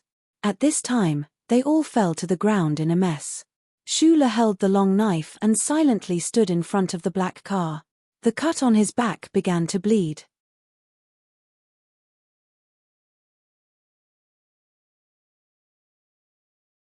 Chapter 183. There was a mountain on the outskirts of Gwangju, Tiger Mountain. Tiger Mountain Road led up Tiger Mountain. The mountain road was flat but not straight, steep but not dangerous. Because of this mountain, it was often a nighttime entertainment ground for a group of racers. The roar of motors was common, and danger was everywhere. Therefore, the citizens of Gwangju usually hid here. Probably only foreigners like Shula, who had just settled down not long ago, would choose to pass through this road. The mountain road extended upward from the entrance, like the chocolate lace on the edge of a cake, circling around. From the very beginning, Park Ji-ho had been standing at the edge of the mountain road on the 2nd level. His gaze passed through the trees on the cliff below and watched the conflict at the entrance. The power behind him had many ways to deal with Shula, but the methods on the surface were too slow. They couldn't wait any longer, so they chose the most direct method. But he didn't want Shula to die. On the one hand, it was for his own benefit. He could forcefully suppress his jealousy. On the other hand, it was because of the orders of the young master from the Lee family. He believed that the young masters who had caught wind of the news would be very careful. After all, under the glory of the First Charter, if there was a vicious death in the capital, their parents wouldn't be able to clean up the mess. It would probably be a broken leg and lying in the hospital for a few months. Park Ji-ho rubbed his slightly messy blonde hair and thought about this in the night wind. There wasn't a trace of sympathy on his face, only indifference. That guy called Shula lying in the hospital for a few months couldn't affect the plan that he didn't really understand. That slightly messy blonde hair, in the night wind, looked like flowers that bloomed randomly in the mountains in late spring. The car had already turned off, so he believed that the people below wouldn't notice him. In the gentle late spring night wind, Park Ji-ho calmly watched the good show at the bottom of the cliff. He was very gratified by the preparation of those young masters. At this time, he believed in young Master Lee's judgment. How could there be a young man in the Federation who was on the same level as Madman Lee? However, the moment the blade flashed, the expression on his face suddenly changed. He watched in shock as Shula knocked down a bodyguard like a thunderbolt. Park Ji-ho was well aware that although those young masters were good-for-nothings, the bodyguards that their families hired with a large amount of money were the real experts. During their interactions a few days ago, Lee Chishao's sharp eyes had pointed out that these bodyguards should be retired Special Forces soldiers from the military. But why was that bodyguard, who looked ruthless and tyrannical, not a match for Shula? Half of Park Ji-ho's heart turned cold. The saber light at the bottom of the cliff rose and fell. Everything returned to normal. Park Ji-ho had a vague feeling that the young second lieutenant had subconsciously raised his head to look at him. That pair of eyes were as cold and sharp as knives. Park Ji-ho shuddered slightly and stopped watching the battle. He turned around and walked towards his car. It would be very dangerous to stay here any longer. The bodyguards of these young masters were all experts. Although they used knives of different sizes and styles, there was a ruthlessness in their bones that showed that they didn't take human life seriously. In the chaotic battle, Shula's back was slashed by a sinister military knife. The dark blue military uniform was torn apart, and the skin on his back was torn open. His flesh and blood were turned over, and blood began to seep out. Although the injury wasn't serious, it looked particularly terrifying. Until now, his feet had been steadily stepping on the concrete floor and only moved on a flat surface.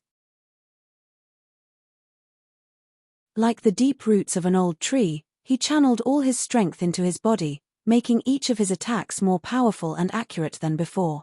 With a crisp sound of breaking branches, Shula stepped on the wrist of a bodyguard and directly broke his wrist. The bodyguard was cut in the leg and fell into a pool of blood, but he still didn't give up. However, Shula didn't give him any chance to sneak attack. At the same time he lifted his leg, the knife in Shula's hand swung out like a whip, hitting the face of the young master closest to him with unstoppable force. He used the back of the knife, and with one strike, half of the young master's face was cut open. A few teeth and blood spurted out. That arrogant and gloomy face at the beginning was now only filled with fear, pain, and confusion. The confusion was because these young people in the Federation were used to being arrogant. For a moment, they didn't understand how the scene in front of them happened. Why did their bodyguards, who were so good at fighting, fall into a pool of blood one by one? Get lost. In the darkness, at the entrance of Tiger Mountain Road, the young second lieutenant held the saber in his hand. Blood dripped from the edge of the saber. He, who had been silent since he was stopped by the motorcade, finally opened his mouth and said the first word. These young masters were not idiots. The miserable cuts on the bodyguards' bodies had already explained too much. They reacted extremely quickly. Knowing that they had made a big mistake tonight, they did not leave any words to save their faces. They quickly helped the bodyguards on the ground up and returned to their sports cars. The Federation society was like this. The difference in strength was too big, and it was useless to say anything. These young people didn't abandon the bodyguards in the end, which was already considered to be relatively calm. However, their pale faces and slightly trembling bodies exposed their true emotions under Shula's saber. Shula didn't pay attention to these people anymore. Although his back was burning with pain, he knew that these people were just knives used by others. The real character was still hiding behind. No, hiding above. He turned around and raised his head to take a look at the night sky above the cliff. When they stopped earlier, the radar and computer analysis in the black car had already shown on the holographic screen that there was a car above the mountain road. Until now, the car hadn't left.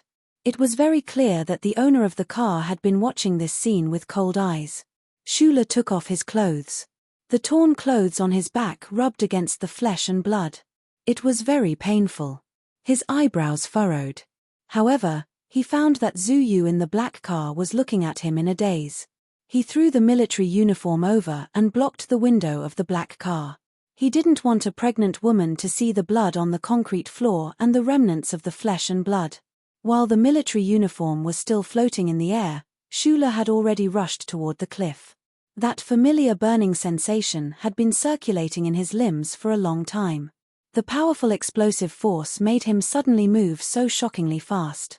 He actually brought up a trail of dust on the concrete floor. Zuyu turned her head in shock and looked at Shula, who was wearing a white singlet. Shula was like a ferocious beast. With a whoosh, he passed through the green space beside the road and plunged into the bushes on the cliff of Tiger Mountain. Vaguely, one could see the shrubs on the cliff shake. A shadow shook the soil and rushed up the cliff in a straight line at an extremely fast speed. It was so fast that it was hard to imagine. Zuyu put both hands on the window. Her eyes were wide open as she stared at this scene in a daze. She grew up in the courtyard of the 3rd Military Region's General Assembly Base.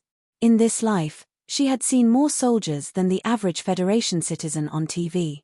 She also knew that the federal military had some terrifyingly capable vanguard soldiers. She had even seen them train with her own eyes. However, she had never imagined that in this world, there would be someone who could see a cliff as flat ground. Like a nimble beast, he would bravely rush up at high speed. After living with Shula for so long, Zuyu believed that she understood this person very well. She also clearly determined that this young man would definitely make many people in the Federation sit up and take notice of him in the future. However, she never would have thought that the battle strength Shula displayed tonight would be so powerful. The details of the Linhai State Gymnasium incident had been carefully sealed. Zhu Yu finally understood why her brother Prince said that Shula had saved her life when he was in the Donglin district, under the protection of the glory of the charter. The electronic wall that stretched for who knew how many kilometers was only a slightly more difficult obstacle in Shula's eyes. Not to mention this cliff in front of him that, although the slope was steep, he could still land his feet on it. Shula landed on the hillside. Every step he took on the stone was exceptionally stable. This was because stability ensured speed and accuracy. Every step he took was very powerful. However, the recoil from every step he took with the cliff made the wound on his back more painful. The more pain he felt, the angrier he became. However, the calmer his heart was, the calmer his expression was. He had fled from the Donglin district to the capital ring. He had left his home and forgotten his past. His girlfriend had turned into a firework. His good friend had fled thousands of miles away, leaving behind a pregnant woman.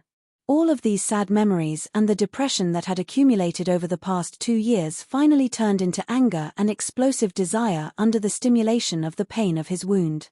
He considered himself to be a very peaceful person. However, there were so many unfairness in the Federation that he could not get rid of it like the air around him. Professor Shen was dead. Those high and mighty dazzling big shots wanted to seize what did not belong to them. Tonight, there were even people who wanted to set up a trap to kill him.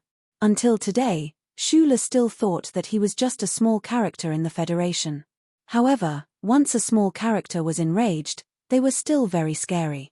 There was a proverb in the Federation: once an ordinary man is angry, even the king will bleed.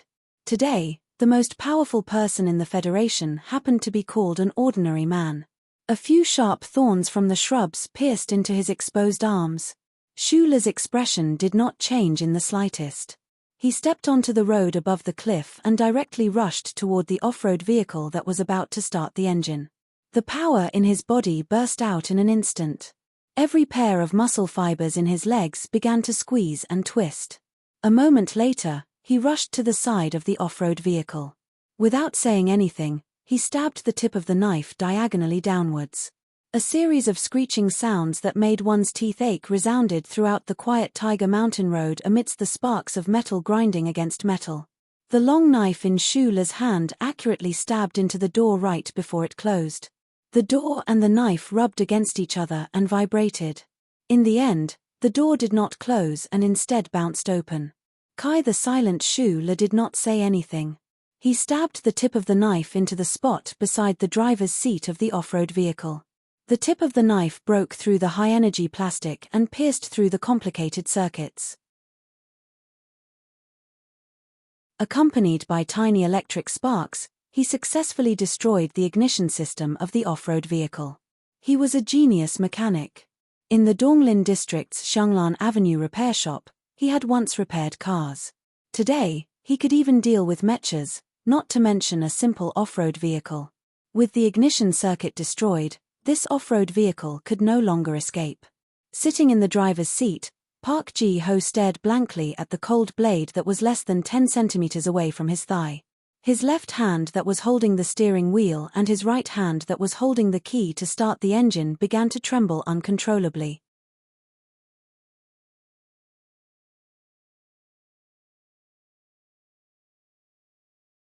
Chapter 184.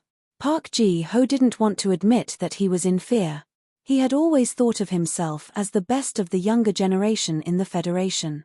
He was an outstanding student from the 3 major military academies. He entered the Shell Motor Corporation Engineering Department and was about to enter the Federal Academy of Science. He might even become Dean Lin's student. His life experience and achievements were enough to provide him with a strong sense of self-confidence. He was a young officer. Regardless of whether it was close combat or mecha combat, he was an extremely strong character. No matter how one looked at it, although the off-road vehicle couldn't move, he shouldn't be afraid. However, his slightly trembling hands made Park Ji-ho realize that he had developed a natural fear of the person beside him. Previously, when he stood on the cliff and looked down, he saw the snow-like gleam of the blade and the splash of blood. Shula's strong strength, especially his calmness during the bloody battle, left a deep impression on Park Ji-ho. He even felt danger, which was why he chose to leave immediately. However, the opponent found him in such a short time and used a blade to cut off all his escape routes. Park Ji-ho felt a deep chill. Especially when he thought of the rumor that night at the Linyuan restaurant, even Madman Lee couldn't beat this person. His two hands trembled even more violently. The two moons in the sky were all behind the clouds. Tiger Mountain Road was dark. Only the lights at the bottom of the cliff faintly illuminated the peace of the Wan family. The car door creaked. Park Ji-ho walked out of the off-road vehicle. He lowered his head and looked at the blade tightly held in Shula's hand. He looked at the blood that was gradually turning into a thick paste on the blade. He took a deep breath and forced himself to calm down. How did you get yourself into such a mess? A smart person would know that in this situation, there was no point in saying such things, especially when Park Ji-ho's face was pale. However, Park Ji-ho still said it because he had to take a gamble. He had to see if this young soldier named Shula in front of him had the guts to do it. Who sent you? Shula looked at Park Ji-ho's blonde hair and lowered his head slightly. His grip on the hilt of his sword tightened. When he saw Park Ji-ho, he should be able to guess the power behind him.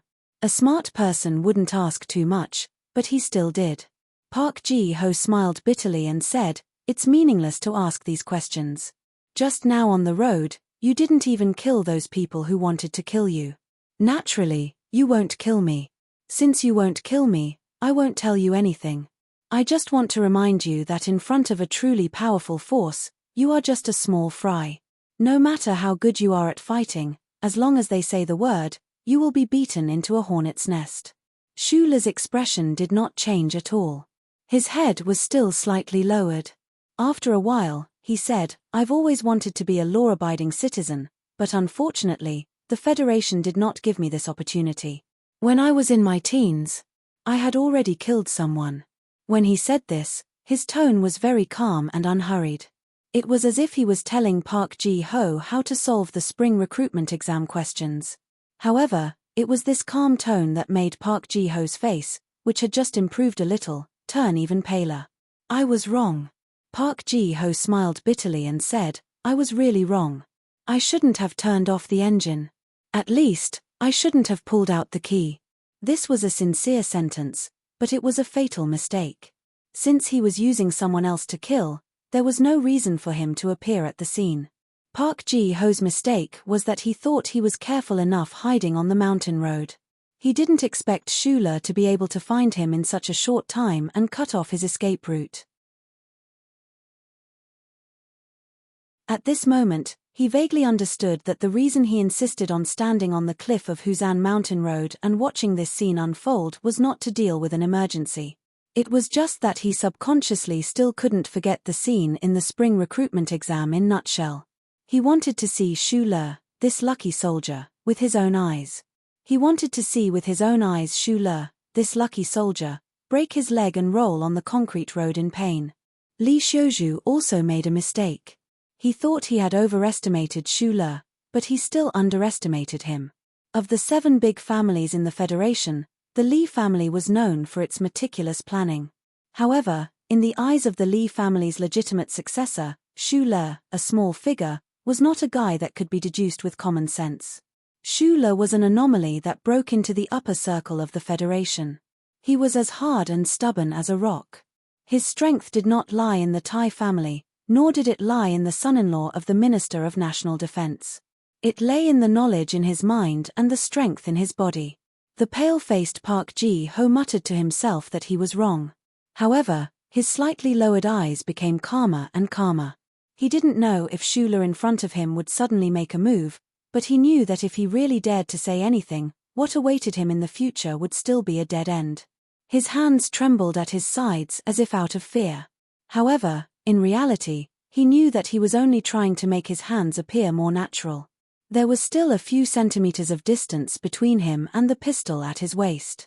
With his fastest draw speed and shooting results in the military academy, Shula in front of him, even if he really had the terrifying strength of Madman Lee, only death would await him. Shula's head was also slightly lowered. He didn't notice the hidden changes in Park Ji-ho's eyes. He also didn't notice that Park Ji-ho's expression had gradually calmed down. This was because in the mine in the Donglin district, Uncle Feng Yu had reminded him more than once that in this kind of situation, he only needed to stare at the opponent's hands. Park Ji-ho's trembling hands suddenly moved. He leaned to the side like lightning and pulled out the pistol he always carried with him. Shula also moved. The long knife in his right hand chopped down, and the light of the knife lit up. This was a good sharp knife. Park Ji-ho's right hand, accompanied by a spurt of blood, separated from his wrist. It fell to the concrete floor together with the pistol that glowed with a metallic luster. This outstanding officer of the new generation of the Federation, with a bright future, quietly looked at his wrist that was as neat as a broken branch. He looked at the gurgling blood on it. He looked at the dazzling white bone and the threads of flesh on his broken wrist. His brows furrowed. Park Ji-ho didn't understand why Shula's knife was so fast. Why did he dare to swing it over so unreasonably? Could it be that from the very beginning, the opponent had already made up his mind to kill him? At this moment, he didn't think that he was the one who wanted to pull out his gun and kill Shula. It was only at this moment that the clear and maddening pain from his broken wrist transmitted into his brain. It made him feel so much pain that he wanted to die. He wanted to howl in grief. However, he couldn't howl in pain because a thin line of blood appeared on his neck. The blood began to seep down from the line. It looked like a white can of ketchup that had been cut by a knife. Park Ji-ho turned his head painfully and stared at Shula's face in disbelief. Until the moment of his death, he still felt that this matter was ridiculous. How could a person like him, who was destined to be famous in the Federation, die so early? How could he die so quietly on Hushan Road? When he turned his head, the blood in the line on his neck flowed even faster. He used his left hand and his right hand, which only had one wrist left, to cover his throat.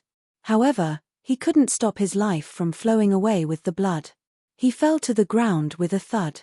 He twitched a few times and then stopped moving. Shula looked at Park Ji-ho's body on the ground. He felt a little strange. He wasn't a master of swords. The previous chop was just a subconscious reaction under the dangerous situation. The blade was aimed at his wrist. He didn't expect the blade to be slightly deformed when it was clipped by the door of the off-road vehicle. The sharp tip of the blade actually swept past his neck. This wasn't the first time he killed someone. When he killed someone for the first time, he was still very young.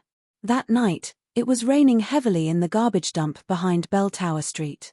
The sharp hydraulic pipe was so light in his hand.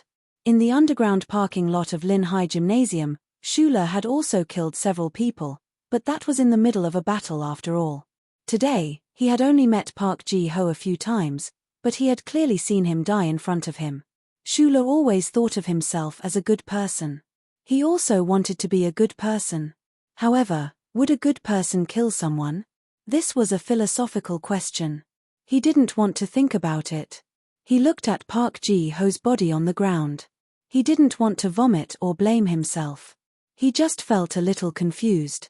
However, the confusion only lasted for 3 seconds. He turned around and walked down the cliff. "Fasten your seat belt," Shula whispered to Zuyu in the passenger seat. He had already taken off his blood-stained vest. He found a spare shirt in the trunk and put it on. However, the faint smell of blood was still so pungent in the enclosed space of the car. Zuyu looked at him quietly. Her hands carefully covered her swollen abdomen. Her face was pale, but her eyes were bright. She didn't know what Shula did when he rushed up the cliff. However, looking at Shula's calm expression and the ominous smell of blood, she could vaguely guess. This was a mysterious guy. "I'll take you home." The black car quickly left Hushan Road. It didn't drive to the simple apartment they had lived in for a long time. Instead, it turned around and headed to the Capital Special District at the end of Highway 2. What happened? Zuyu lowered her eyes and asked softly. "I killed a person. Maybe in a while, I will be wanted by the Federation." Shula looked at the flashing signs on the highway in front of the car window. After a moment of silence, he said, "Park Ji-ho, the person Li Xiaotong took with you when you raced last time. It has something to do with me. After Zhu Yu became pregnant, she became much gentler. In particular, her pair of black eyes always flashed with a sentimental light. However, she was a cold girl who liked to wear red. After hearing that Shula killed someone, the shock in her eyes disappeared. She calmly cared about the truth behind the matter. No, it should be related to the data in the laboratory. Those people wanted to steal Professor Shen's data, but I was in the middle. Shula slightly turned the steering wheel in his hand. Following the signs on the highway, he drove in the direction of the Ministry of National Defense's apartment in the Capital Special District. After a moment of silence, he continued, I have to do something tonight, and I think it will be difficult to accompany you to protect the baby in the future. So I have to take you home first. I hope you won't be angry. It was rare to hear Shula joke about protecting the baby in his sentence. Zhu Yu's expression didn't change at all. She looked at Shula's side profile with a dignified expression and asked, What do you want to do? Where does Li Xiaotong usually go at night? After hearing this, Zhu Yu's eyebrows instantly furrowed tightly. Her hands nervously covered her abdomen. She sighed and said, My stomach is a little uncomfortable.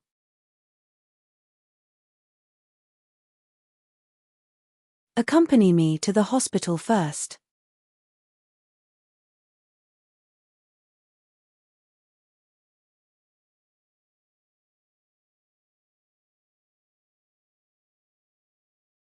However, at this moment, Shula no longer cared about the political strife and schemes of so many of the Federation's upper echelons. He was a small fry, so he had his own way of doing things. So, he only suddenly opened his mouth and asked again, At night, where does Li Xiaotong usually stay? Seeing that Shula didn't seem to care much about her analysis, a trace of displeasure flashed through Zhu Yu's eyes. She said calmly, If the laboratory data you want to take back is really related to the presidential election, I advise you to let go. The Federal Academy of Science and Li family. This is the perfect combination of knowledge hegemony and the magic of money. And, if it is as I have guessed, and it is related to the presidential election, she looked at him coldly. You are like a toad blocking the highway. You won't be of any use at all. Besides, what's the point of you looking for Li Xiaotong? She sighed softly. Speaking from the bottom of her heart, she had long developed feelings of admiration towards Shula's calm and sincere personality that hid an infinite amount of ruthlessness. However, the Federation only cared about strength. Money, status, power, and even influence in the military were all real strength, but they never included personal martial strength. Unless that person's personal strength was like that of the military god from the Lees of Philadelphia, who was above all rules.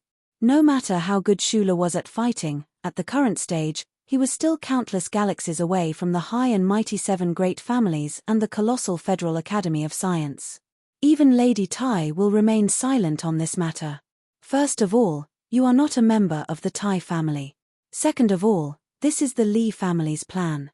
She may be able to sense the enormous benefits involved, but she won't so easily make a decision that will destroy the other party's plan. The 7 great families of the Federation have coexisted for tens of thousands of years. They don't rely on annual wars, but rather on mutual compromise and coexistence. In the end, they are people of the same world. Although they may choose different partners in the political world, they won't easily start a war because of these differences. The 7 great families of the Federation have at least had a few hundred years of peace. It is not uncommon for them to marry each other. You are Shula. You are an insignificant person. Your surname is not Zhong, nor is your surname Lin, nor is your surname Sai. How can you possibly contend against the Li family? If you are really my man, perhaps this matter can still be turned around. I don't mean that you might be able to steal back the data in the laboratory, but I mean that you won't be dragged into prison because of this matter. Zhu Yu didn't hold anything back anymore. She directly analyzed all the possibilities for him to hear. Shula listened silently, but his expression didn't change at all.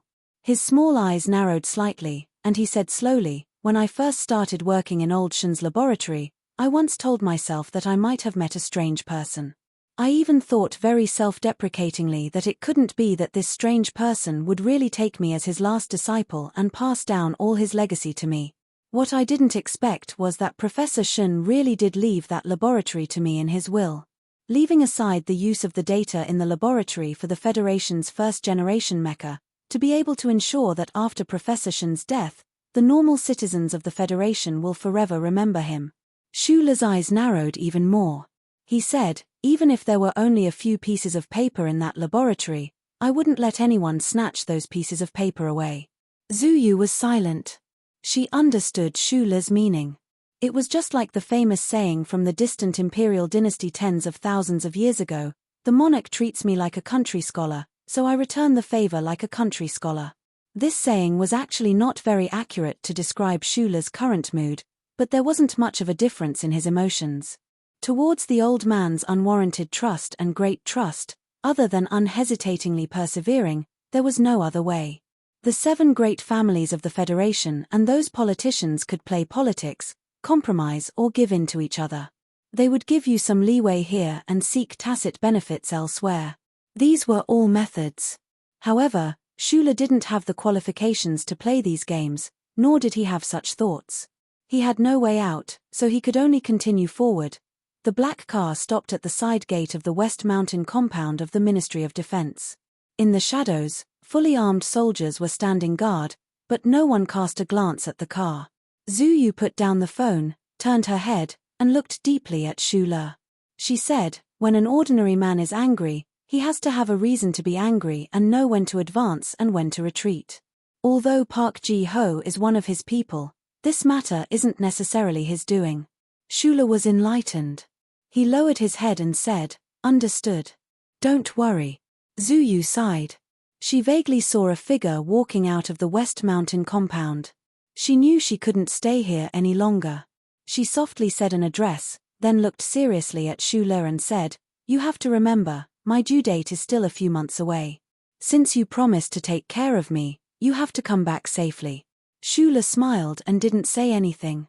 However, in his heart, there was a hint of sadness that he hadn't felt for a long time. If he really had a direct confrontation with the Federal Academy of Science and the Li family, how could he, who had just killed someone, return to that simple apartment in Gwangju? The black car left the West Mountain compound of the Ministry of Defense and drove towards the address that Zuyu mentioned. He saw from the rear-view screen that Zuyu had already been picked up by a middle-aged woman and Zuyu. He was relieved. Driving between the sometimes quiet and sometimes bustling buildings of the Capital Special District, Shula thought for a moment, then used the car phone to dial a number. A moment later, he heard Butler Jin's slightly hoarse voice. Tai Ji-yuan said that if I run into any trouble, I can call you. Shula's right hand held the streamlined microphone. He was a sincere and down-to-earth young man, but that didn't mean he was a pedantic guy. Back at the capital spaceport, Madame Zhong's business card was still in his pocket. This fully showed that, at certain moments, he was willing to lower his head and seek the help of these truly important people. At a critical moment, to blindly brag about one's loftiness and not ask for external help, fighting with one's saber. That was stupidity, not an outstanding quality. However, listening to Butler Jin's slightly bland reply, which was very much like the sound of fruit juice mixed with it, Shula's expression gradually became serious, and the microphone beside his cheek seemed to become cold. Should he report to Lady Tai tomorrow? Shula didn't hide anything during the phone conversation. He directly told Butler Jin about Zuyu's speculation and the importance of the laboratory data that he wanted to protect. However, Butler Jin continued to reply calmly. The 7 major families of the Federation were involved in the interests that the iron scheming family wanted. Butler Jin naturally couldn't promise Shula a single word. This was something that Shula could think of. However, Butler Jin's tone made him narrow his eyes. It's too late tomorrow. Although the director of the 3rd department said that the laboratory would only be sealed the day after tomorrow, Shula knew that once the news of Park Ji-ho's death spread, it would be very difficult for him to enter the research institute again. Furthermore, the other party would definitely speed up the pace of seizing the laboratory data. If nothing unexpected happened, the technical director of the research institute, who obviously had a background in the Academy of Science, would directly take over Professor Shun's laboratory with the written order of the board of directors tomorrow morning and remove all the data related to quantum measurability. Although this clearly violated the agreement signed between Professor Shun and the research institute back then, and it also conflicted with the copy of Professor Shun's will that Schuler currently had. However, in the face of pressure from the Federal Academy of Science, Schuler simply couldn't find any way to stop all of this. A strong sense of disappointment and helplessness filled Schuler's mind. He leaned against the car door and took a deep breath of the 377 brand cigarette. He didn't wake up until the cigarette tip warmed his nails. He looked at the quiet and noble garden building not far from his feet, licked his lips, and pulled out the bright long knife from the car window beside him. The seventh young master of the Li family, Li Xiaotong, Park Ji-ho's master, should be in this garden building, which was called the Ivy Garden by the citizens of the capital. In the southeast corner of the Ivy Garden, there was a man-made stream that flowed for many years. Decayed soil fell to the bottom of the stream, and old trees stretched their roots out of the embankment. In the spring, flowers and trees were densely planted on the embankment. 2 bright round moons peeked out of the clouds and gently shone on the treetops. Behind this beautiful scenery, there was a single building. The appearance of the building was not very eye-catching, but the ancient style of the hooked eaves, although it didn't show the temperament of the owner of the building, at least it showed the owner's economic strength. This was the best and most remote location in the Ivy Garden. The rich people who lived in the front didn't know who this building belonged to. The 7 families of the Federation lived in the Federation, but they were like the shadows of the clouds, not easily showing their true faces. There were flowers under the window, flowers on the window, flowers on the bed curtains, and 2 conspicuous red flowers on the naked woman's jade-like body on the bed. The 7th young master of the Li family, Li Xiaotong, got up from the woman's body in satisfaction. He lightly patted the woman's plump buttocks, chuckled, and rushed her to take a bath. He put on a dark-colored pajamas and went to the window. He looked at the flowers above and below the window, slightly lost in thought. He was a person who cherished flowers, but there were too many flowers around him, so he naturally became a playboy. It was only a few months ago, when he had some thoughts about the daughter of the Zhu family, that he restrained himself a little. But he didn't expect that the eldest daughter, who was used to using arrogance to cover up her loneliness, was actually pregnant. Li Xiaotong returned to his original playboy life. This afternoon, Li Xiaotong had found a piece of information that made him angry, so he was not in a good mood. Although he was still gentle and decent in front of that woman, once the pleasure was over, he felt a little lonely and sad. He was the 7th young master of the Li family, but in front of that beautiful man, he didn't have any glory. That person didn't even need to fight, and the people he liked would abandon him one after another and throw themselves into the arms of that person, because that person was the true successor of the Li family. The moment he thought of this, the dark and ruthless look in his deep facial features and dark and calm eyes suddenly became a bit thicker. He was originally an extremely outstanding person. Casually standing among the flowers, he was like an untamed plum, disdaining to move no matter how the snow clouds moved in the sky and the snowstorm hit his body. It was also because of this coldness that occasionally leaked out that he was evaluated as having a sinister temperament in his family. Just that he looked a bit sinister, but what did that have to do with his temperament? Li Xiaotong frowned and thought, then laughed self-deprecatingly.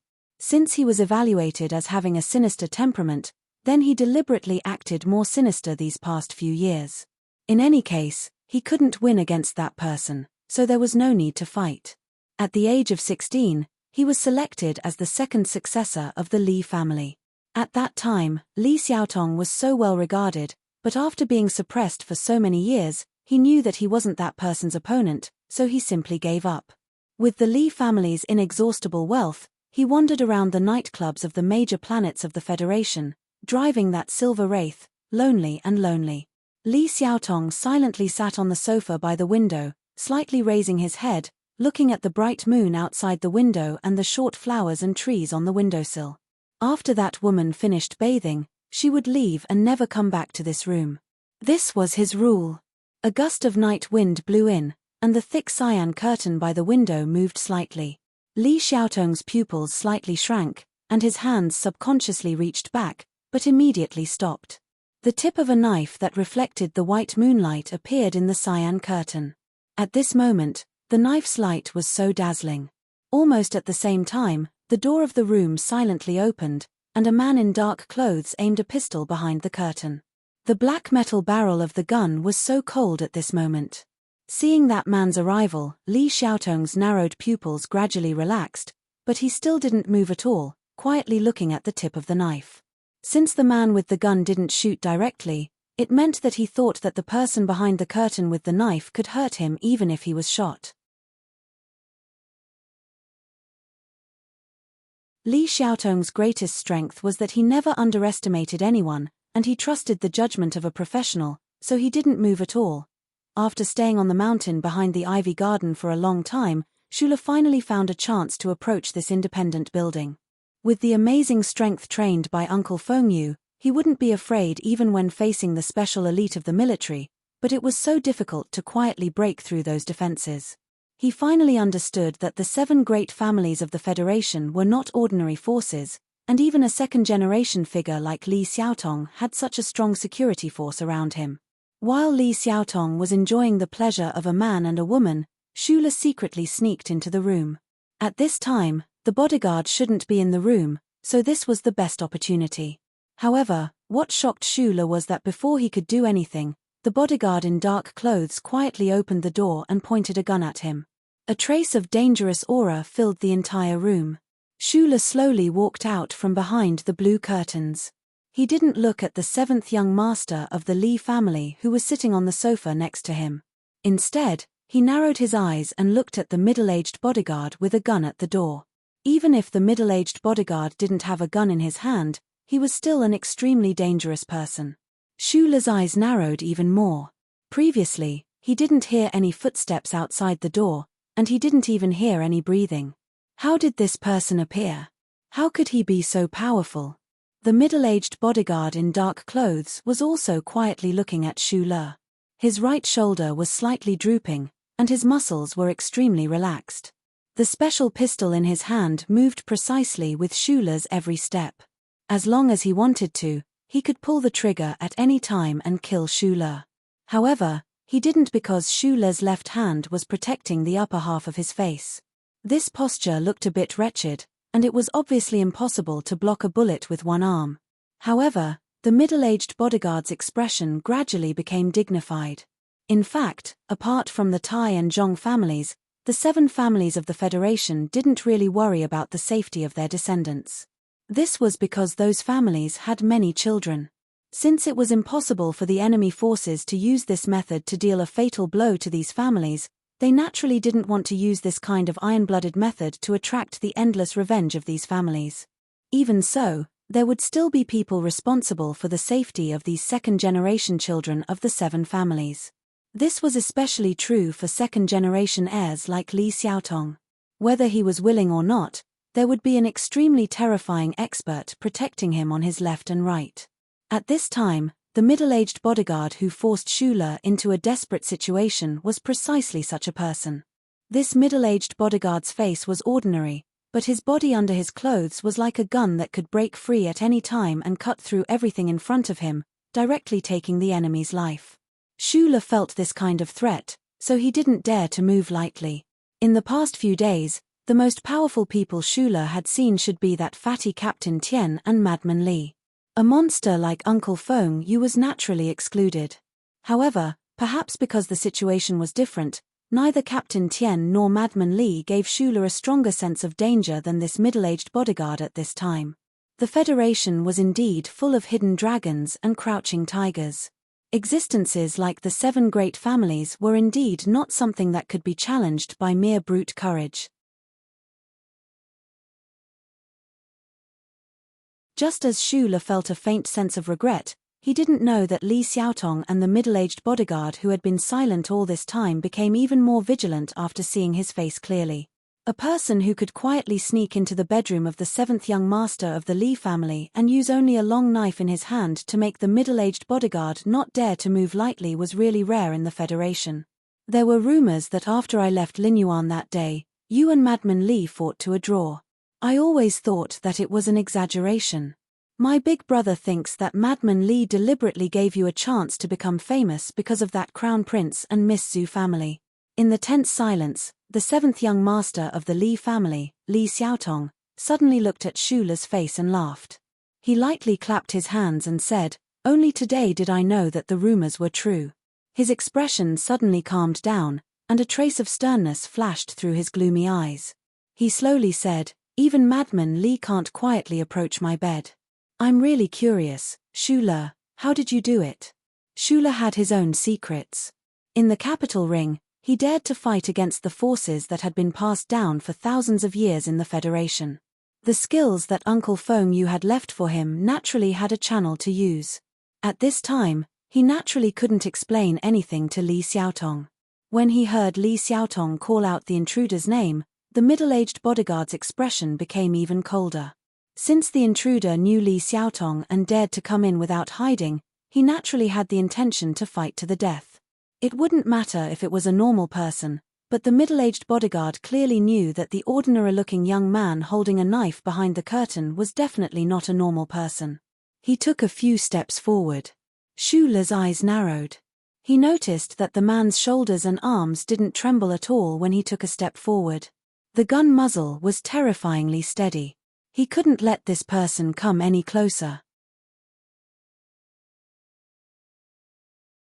When he was within 5 steps, even if he died, he wouldn't be able to threaten Li Xiaotong's life.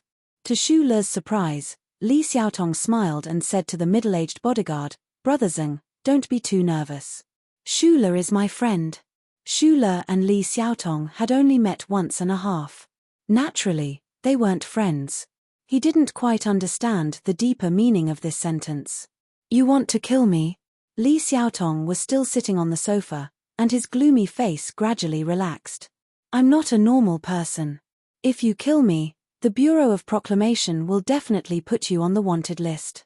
Whether you can escape or not, your life will be ruined." At this time, Shula said the first sentence after entering the room, "I've already killed Park Ji-ho." Hearing this, Li Xiaotong didn't look nervous or angry at all. After being slightly startled, he laughed. His laughter grew louder and louder. It was actually an indescribable joy and satisfaction. The laughter gradually stopped. His cold and gloomy face instantly relaxed. He said calmly, "Good kill."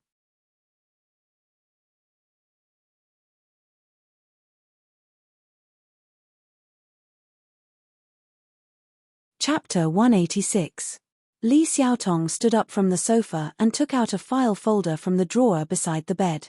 During this process, the long knife in Shula's hand rotated along with his movements.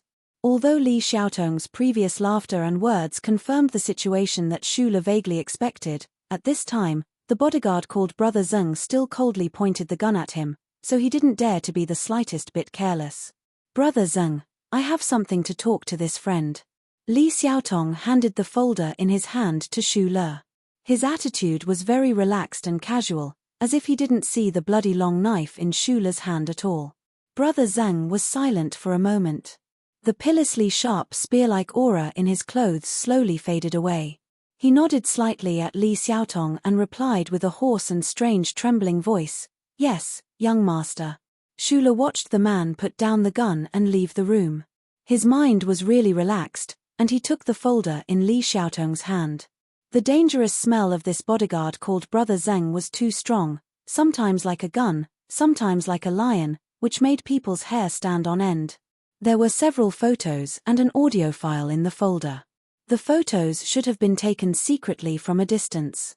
The content was in a high-rise building in the capital. The blonde Park Ji-ho was talking to a man. The person who took the photos should be very far away from the building, so the faces of Park Ji-ho and the man in the photos were very vague. But even so, he could vaguely feel the extraordinary momentum of the man, especially the blurry facial features, which were extremely handsome. Shula's heart moved, and he guessed who the man was. The audio file was a piece of eavesdropping data mixed with electric current noise. Shula lowered his head and listened carefully before taking off his earpiece. He narrowed his eyes and looked at Li Xiaotong, who was sitting back on the sofa. Li Xiuzhu, the vice president of the Sanlin United Bank, and also my big brother. Li Xiaotong's face was gloomy as he said, Park Ji-ho was one of my men, but he was with him. That's why I said you did the right thing. At this time, Shula maintained his silence. Looking at the second generation of the 7 great families in front of him, his heart gave birth to a heavy sense of vigilance. The contact between Park Ji-ho and the young master of the Li family was completely investigated by this person. He just didn't know how he was able to take these photos and eavesdrop on his conversation. While Shula was looking at Li Xiaotong was also thinking quickly. His childhood experience had made him develop a very good habit. He would never look down on anyone. Although he had expressed his disdain for the crown prince of the Tai family in his conversation with Park Ji-ho at the intersection of Green Mountain, it was actually just a cover-up. The Tai family had the longest history, the highest status, and the most secretive power among the 7 great families. How could Li Xiaotong not pay attention to Tai Jiyuan? He was different from his big brother, who was used to looking down on everyone in the world as trash. He only had Lin Banshan in his eyes. This young man with a knife in front of him, under the double pressure of the Federal Academy of Science and the Li family, still dared to fight back. Moreover, his counterattack was so sharp. He killed Park Ji-ho and went straight into his bedroom. If Li Xiaotong paid attention to Shula in the past because of the relationship between Tai Jiyuan and Shula, then after tonight, he decided to pay more attention to Shula. After calculating, Li Xiaotong didn't hesitate at all. With the decisiveness and straightforwardness of a businessman making a bet, he said directly, "Let's cooperate." Shula looked at the 25 or 26 years old young man in front of him.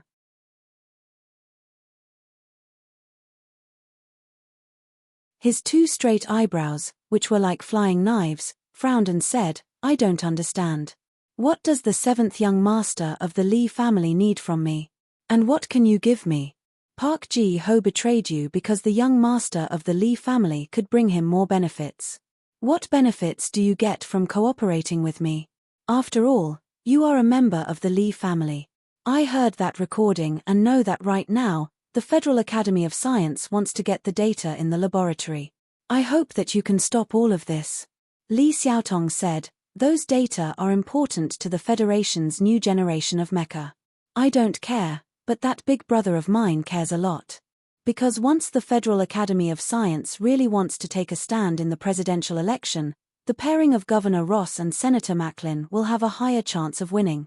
If Li Xiuzhu succeeds in this matter, for him, it will naturally be of great benefit. Hasn't the Li family always supported them? I don't even care who becomes the president of the Federation." Li Xiaotong's expression darkened. He said, "No matter who becomes the president, the 7 great families of the Federation will still be 7 great families. Even if Ross and Macklin succeed in the election, what does it have to do with me? The Li family is not mine. On the contrary, if they succeed." Shula understood the other party's meaning. His brows furrowed extremely tightly. "Even if I can stop the data from leaking out of the laboratory and destroy the agreement between your family and that old fellow from the Federal Academy of Sciences, I might not be able to affect the general trend of the presidential election. That is natural. However, this is still a very powerful link." Li Xiaotong stood up and said slowly, "As long as it benefits Li Xiuzhu, I am willing to destroy it." "What can you help me with?" Shula asked again. "If you need to escape after this, I can find a way for you and provide you with some funding."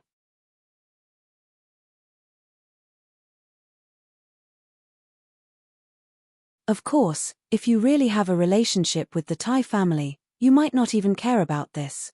However, I think that we can form some kind of long-term beneficial relationship because our goals seem to be somewhat the same. Li Xiaotong didn't say long-term friendship, but rather benefits. This was more believable. However, Shula still didn't say anything. Li Xiaotong looked at him quietly. After a while, he picked up his private encrypted phone and made a few calls.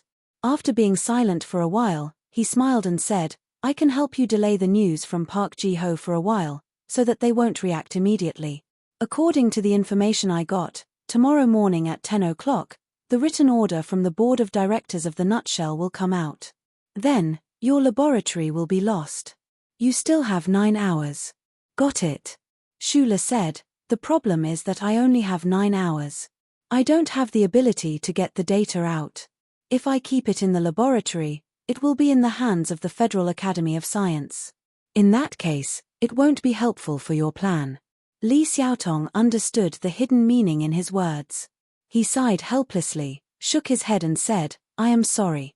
In fact, the Li family's influence on the Nutshell is very limited. I still don't know how those old guys managed to avoid the military and directly influence the board of directors. As for the research institute, I don't have access to some of the more important areas, so I can't help you in this regard. This is only the first cooperation. I believe that there will be opportunities in the future. Li Xiaotong said, if there is a future, I won't ask for much. I just hope that you can find a chance to let me meet Tai Jiyuan. Shula was deep in thought. After a long time, he gently nodded. 8 hours before the deadline, Shula arrived at the first military academy and entered the Husk Institute's 3rd department area. It was already late at night, but there were still a few laboratories in the institute that were brightly lit. Researchers would sometimes forget the beauty of the day in the middle of the night. Shula took out his electronic keycard and entered the core area. Then, he walked along the quiet corridor toward the laboratory. In front of the last scanning channel, he slowly stopped his footsteps. He put his hand into the pocket of his military uniform and gripped the cold metal device tightly. Although the meeting with the 7th young master of the Li family, Li Xiaotong, was somewhat dangerous, in the end, it proved Shula's intuition at the beginning. Park Ji-ho was indeed working for the Li family, but not for Li Xiaotong. In the eyes of the 7th young master of the Li family, the position of the head of the Li family was what he needed to consider the most. As for the overall benefit of the Li family, the development of the Federation mecha, and the results of the presidential election, none of these were in the mind of the gloomy young man. The cooperation seemed to be successful, but in reality, Shula couldn't help Li Xiaotong much. With Li Xiaotong's current strength, he couldn't help Shula either. And this cooperation was basically hidden under the surface, just a loose psychological connection. He pressed the small button and narrowed his eyes. A faint blue light began to emit from the small device in his pocket. It was blocked by the cloth of his military uniform and became even dimmer. Although it was dim, it was enough to envelop his entire body. There was not a single person in the quiet corridor. Shula didn't hesitate or show any fear. He directly walked toward the scanning channel. A very strange thing happened at this moment. The Federation's most advanced scanning device seemed to have become blind and deaf at this moment. The faint blue light that enveloped Shula seemed to have some kind of magic, turning Shula invisible in front of these advanced monitoring devices.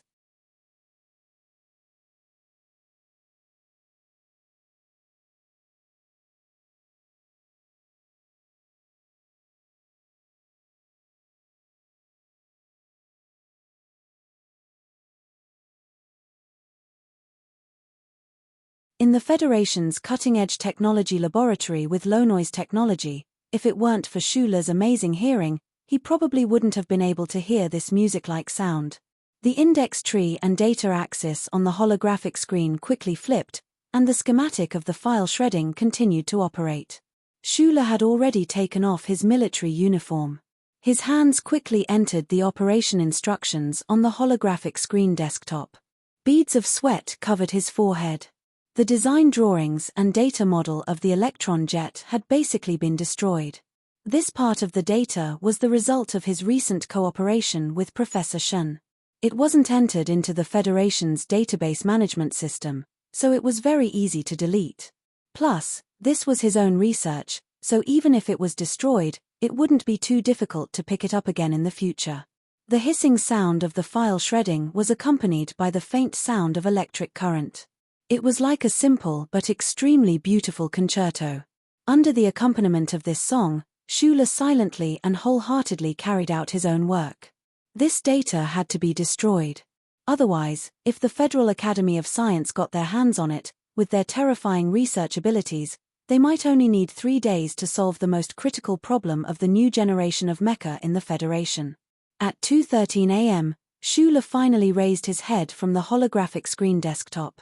He let out a tired breath, feeling the aches all over his body and the hunger in his stomach. Tonight, he had first faced off against 7 Blades, then killed Park Ji-ho, then sneaked into the Ivy Garden.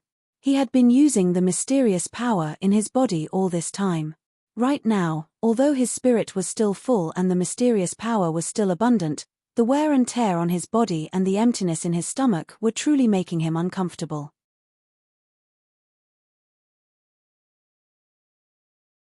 Outside the laboratory's database, all content related to the electron jet had been completely deleted. In order to erase all traces, Schuler's fingers didn't stop working for a moment. The database searching ability that had been forcefully trained by Professor Shun was put to good use at this moment. The data content was all outside the database. Presumably, the people who would take over the laboratory tomorrow morning would not notice anything strange. After doing all this, Schuler sat in the chair beside the holographic screen desktop. He was silent for a minute, thinking for a minute, and resting for a minute. The trip to the Ivy Garden at least confirmed Zhu Yu's analysis in the black car. The Federal Academy of Science wanted Professor Shun's research results, and the Li family secretly helped. The bridge between them was Ross and Medellin, 2 politicians who were determined to win the presidency. This combination was truly frightening. Schuler naturally wouldn't completely trust Li Xiaotong's cooperation with him. In reality, the Li family's 7th young master, other than having some money, couldn't help him at all. However, the Li family's 7th young master was actually able to spy on Park Ji-ho and find evidence of his betrayal. This ability made Schuler a little wary. He deleted the hundreds of initial design blueprints that he and Professor Shun had come up with in the past few days, wiping out all traces of the data. There was no trace of relief on Schuler's face. He stared at the index tree that flashed incessantly on the holographic screen desktop, a trace of heaviness and helplessness in his small eyes. The real key lay in the aspect of quantum measurable dynamics that Professor Shun had researched. The reason Schuler had found the correct path to solve the problem of the new generation MX Mecha's electronic jets was because of Professor Shun's guidance. Under the old man's tireless research in the last 10 years of his life, under the theories and data models, he had figured out some things. Although the results that Schuler had obtained now were important, the truly important ones were still Professor Shun's data models and the functional formulas within the sections. Right now, he had already destroyed all of the extension designs, but if the Federal Academy of Science took away all of Professor Shun's research results, he believed that it wouldn't take them too long to discover the problem and solve it. That highly respected head of the Federal Academy of Science, as well as those disciples and grand disciples of his who occupied key positions in the Federation's scientific community, were definitely not incompetent people. Although Schuler despised the moral standards of these people, he had to admit that these people didn't rely entirely on plagiarism to get to where they were today. Their own abilities were also incomparably strong. The database of this laboratory was a one-way exit. It was connected to the core databases of the Federal Academy of Science and the 3 major military academies, but it couldn't be accessed from the outside. The entrance was only in that office on the 2nd floor of the laboratory. That was why the Federal Academy of Science urgently needed control of this laboratory. Schuler's initial plan was to directly transfer all of Professor Shun's academic results over the years directly through the data transfer device. Then, with the help of the blue light device, he would be able to pass through the triple scanning door of the research institute. Unfortunately, although the database in this laboratory was a one-way exit, for the sake of data security, old Professor Shun had connected it to the Federal Central Database and carried out electronic data security. No matter who it was, without the permission of the central database, once the data was copied or irreversible, it would be reported to the police. Now, there was a problem in front of Schuler. He couldn't move Professor Shun's data.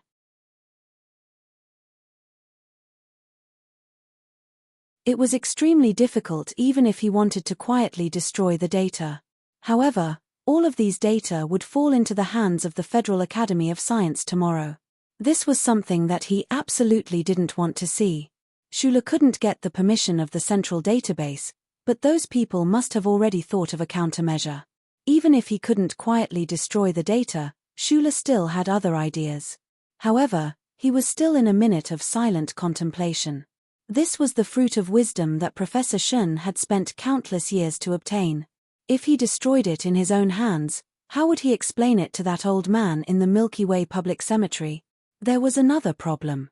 Although Shula was already familiar with many functional formulas and numerical models, if he didn't have the help of the data in Professor Shun's database, he didn't have a shred of confidence that he would be able to complete the final modification work of the new generation of mecha for the Federation.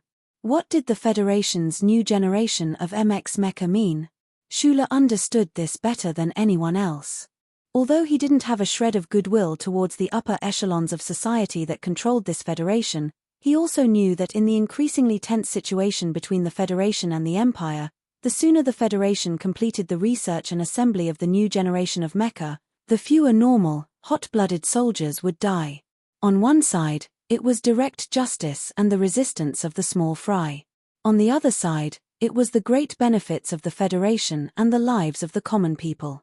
To stay or to be destroyed, that was the question. 1 minute later, Shula stood up from his chair and stopped thinking about this question. He couldn't understand, so he could only act according to his instincts.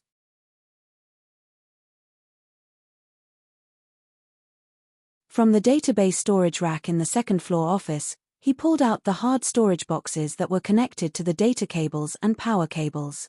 Shula looked at these metal objects and couldn't help but pause for a moment. He knew that his next action would destroy Professor Shun's lifetime of hard work. At this moment, he began to struggle in his mind. If it's not yours, then you shouldn't have snatched it. Shula took a deep breath and said in a low voice, "Fuck you." He spat on his hand, raised the heavy peace axe in his hand, and smashed it down viciously and decisively at those data storage boxes.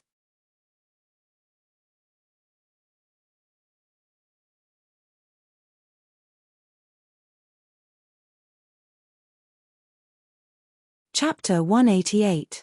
When Shula made up his mind to do something, no one could stop him. He clearly knew that with this swing of the axe, it was possible that the Federation's research and development of the new generation of mecha would be pushed back by several years or even decades.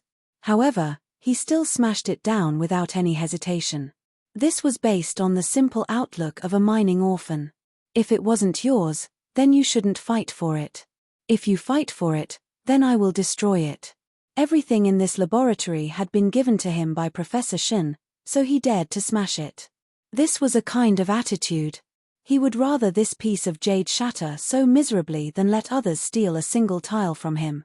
Faint blue, incandescent, and serene electric sparks flew in all directions as the sharp axe chopped down heavily. Those hard alloy storage boxes were also reduced to countless sharp metal shards, flying in all directions of the laboratory. The high-density magnetic materials in the boxes were also reduced to patches of ink rain, tragically reduced to dust under the axe. With the current level of technology in the Federation, using technical means to erase data had the possibility of being recovered. After Shula made up his mind last night, he decided to use this kind of barbaric, crude, and simple physical method to carry out data erasure. Those hard alloy surfaces could not be penetrated even by bullets. Even if a normal person dared to use physical methods like Shula to carry out data erasure, they probably would not be able to find any way to do so. However, Shula did. He had a heavy peace axe in his hand. His body was filled with a scorching, trembling power of injustice. The peace axe was raised high and brought down heavily. Shula silently and violently destroyed everything on the data rack. However, he did not feel at ease as he smashed. Instead, his heart was filled with pain and deep sorrow. Every time the axe smashed down, a portion of data was destroyed. It was as if the axe was smashing down viciously on his body. Professor Shun had guarded this place for dozens of years, ignoring everything outside. He had only left this behind. Although he still did not obtain any results from this, he had left behind countless research fruits of wisdom in the process. At this moment, however, they were gradually disappearing under the heavy peace axe. Just as Li Xiuzhu had envisioned, in the face of the Federation's powerful system, no one could steal the data in the research institute. Although Shula had the precious legacy left to him by Uncle Fengyu, he couldn't do this. The Federation's protection of these data was unimaginable. However, what Li Xiuzhu didn't expect was that the young second lieutenant named Shula would choose such a bloody way to destroy everything here once he realized that the data couldn't be transferred away. Shula had no way to quietly remove the data, and he couldn't even secretly erase the data. In front of the Federal Academy of Science, the iron mathematicians, and the shadows of those political figures, there was no way for him to protect Professor Shen's legacy. The Tai family was still silent. He was just a researcher. What could he do? What he could do was what he was doing now, what the axe was doing when the peace axe hit the data storage box on the shelf for the first time, breaking the hard alloy surface and damaging the high-density magnetic material inside. The lights in the laboratory suddenly dimmed. Then, the emergency lights began to flash quickly. At the same time, a sharp alarm sounded. Immediately after, the alarm began to sound in the corridor outside the laboratory. It was sharp and ear-piercing. The sound was urgent and frightening. The alarm systems of the 3 departments of the Husk Institute were activated at the same time. The 3 scanning systems that led to the outside were in a state of emergency. All traffic was temporarily controlled.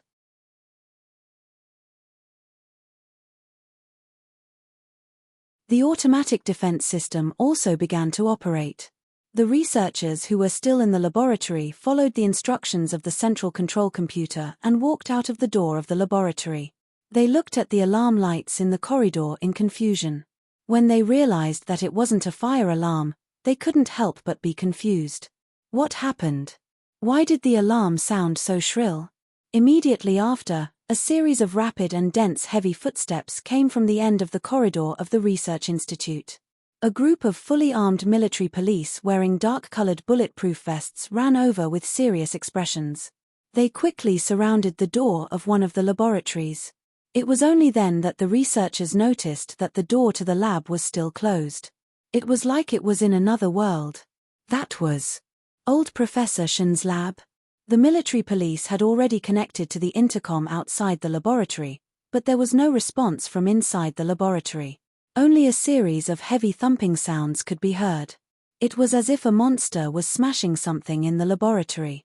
The leader of the military police frowned, waved his arms, and prepared to launch a strong attack. Shula heard the alarm, but he didn't stop his actions. He even knew that the fully armed military police must have surrounded the laboratory at this time. Therefore, his movement of the axe became faster. Smash it! The shameless academic leader of the Federal Academy of Science had already made Professor Shen silent for a long time. How could he let him do it again this time? Professor Shen, who was lying in the grave, would probably support his actions. He would rather destroy all of this. One day in the future, there would be some great people in the Federation who were willing to guard this small building for decades. They would once again discover the things that Professor Shen had researched.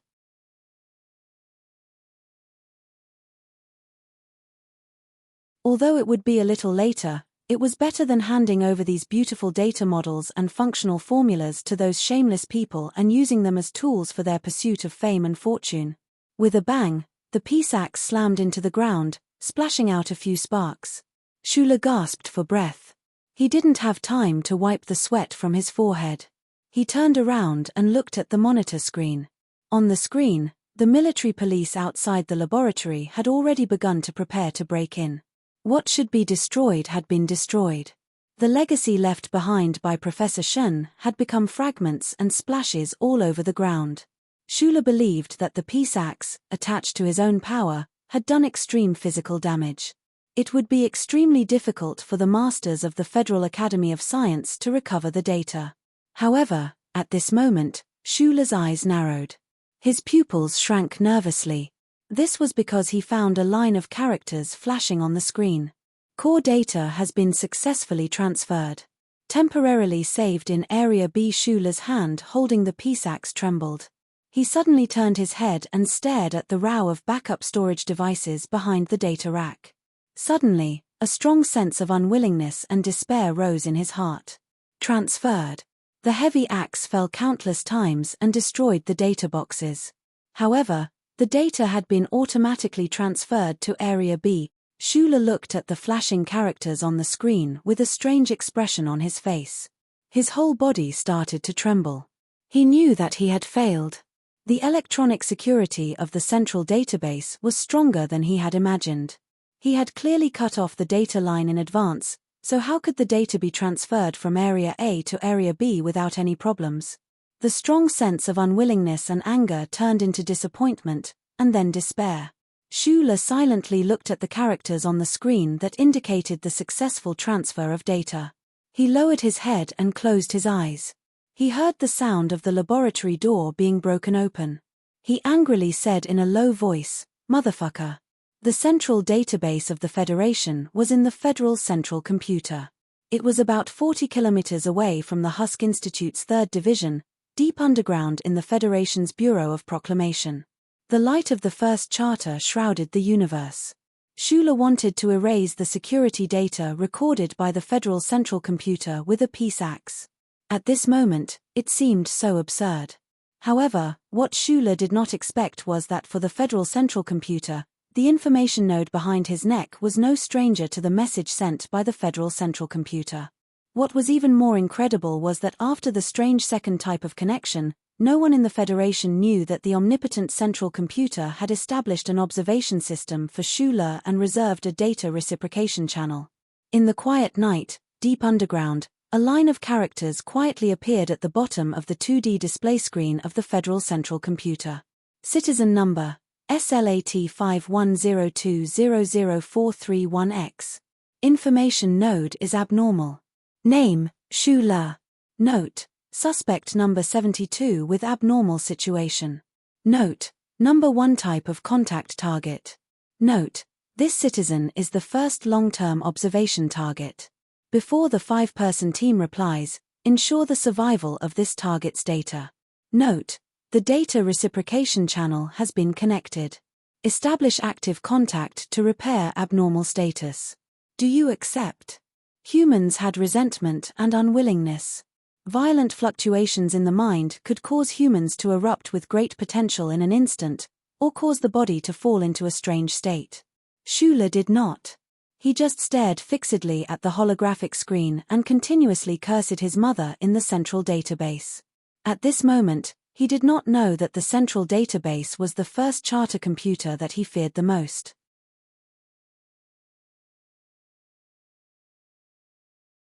However, his anger followed his heart.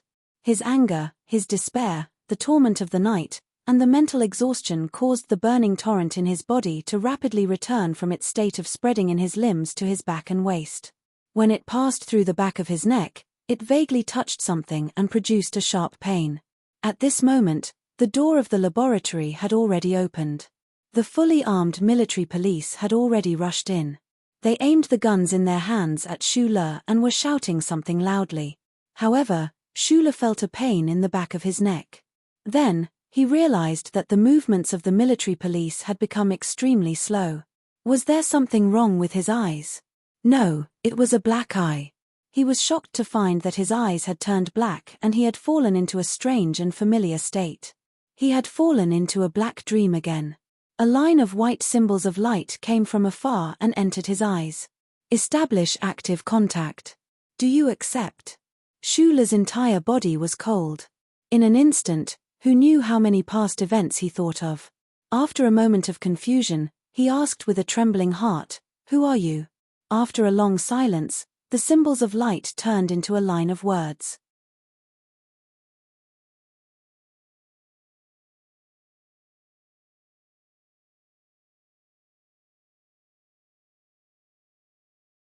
Chapter 189. For a baby, everything outside the cradle was what he feared and yearned for the most. For a child, everything outside the room was what he feared and yearned for the most. For ancient humans, everything on the other side of the mountain was what they feared and yearned for the most. For modern citizens of the Federation, the universe at the end of the black curtain sky was what they feared and yearned for the most. What humans feared the most, what they yearned for the most, were all in the unknown. Right now, Shula was caught in this dual state of extreme fear and yearning. Fully armed military police had already rushed in. He was about to be arrested, but he didn't have time to think about these things, because right now, he had already returned to the Black Dream. He saw the repeatedly flashing words about taking the initiative to contact. What was on the other side of the Black Dream? Why did the other side take the initiative to contact him? What was taking the initiative to contact him?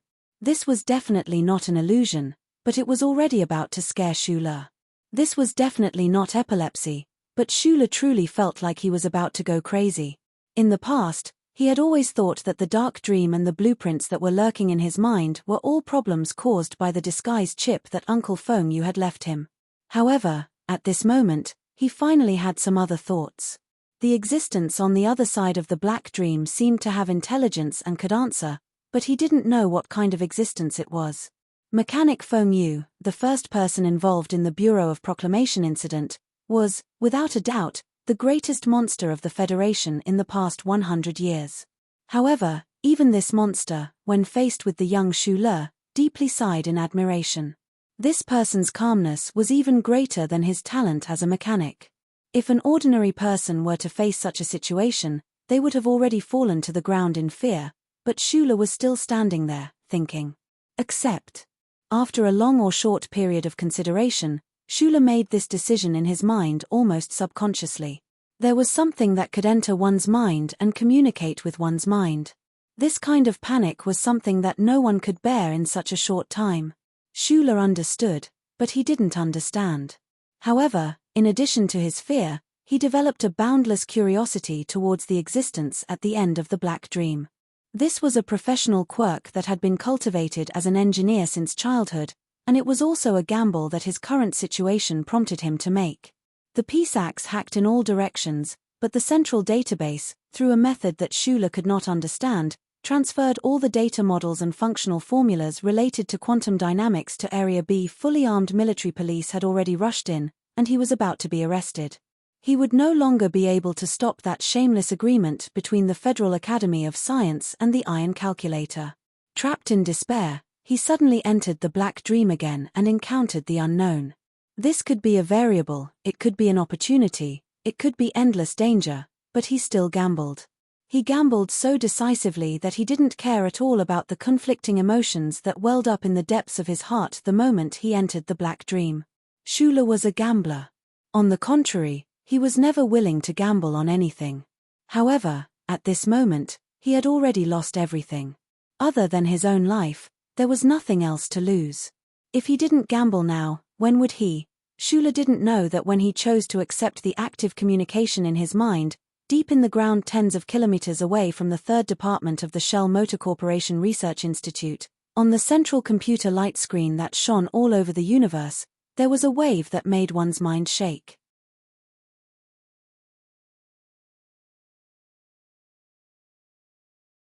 The data flow of the central computer was still so stable. The staff of the Bureau of Proclamation didn't notice anything strange. No one knew that in the core area of the central computer, the highest intelligence of the human mechanical civilization began to operate non-stop. It made logical judgments, but in the end, it could only return to chaos and give its own conclusion. In the Black Dream, the line of white characters changed. "Is there anything I can help you with?" This was a long line of white characters. It floated in the black background before Shula's eyes. Although it was silent and abnormally dry, it miraculously produced some kind of emotional resonance. It was like an old butler wearing a black suit was bowing in front of Shula. It was extremely polite and slightly humble. It used an authentic ancient aristocratic tone to ask questions. Shula was stunned. He was thinking about what kind of existence was on the other side of the Black Dream. He didn't expect that this existence that could invade his brain would be so gentle. "I want to erase all the data in this laboratory. You need to provide the legal documents of ownership recognized by the Federation."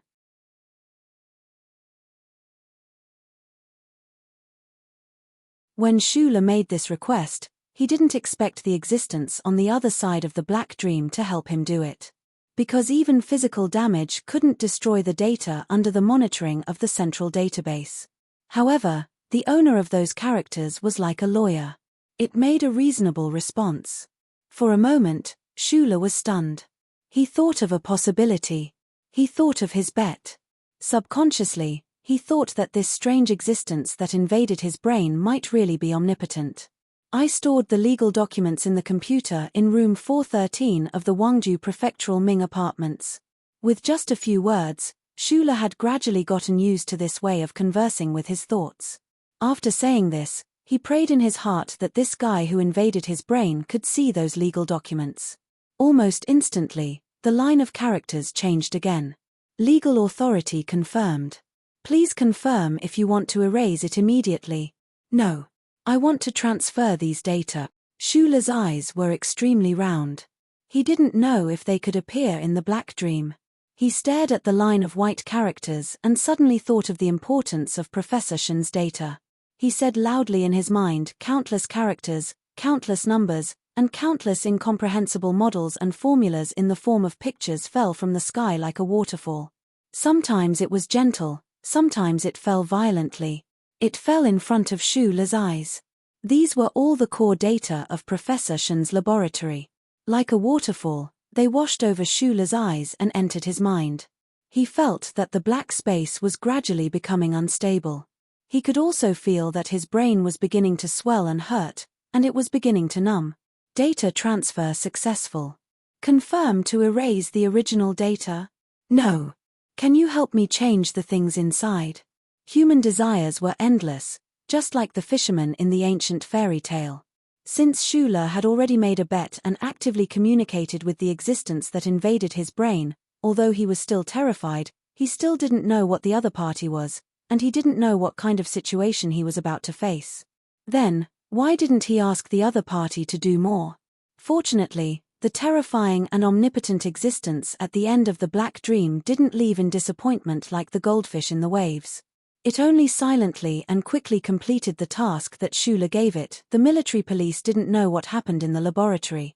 When they rushed into the laboratory, they only saw the shattered metal pieces all over the floor, and the data rack that had been damaged to the extent that it was difficult to repair.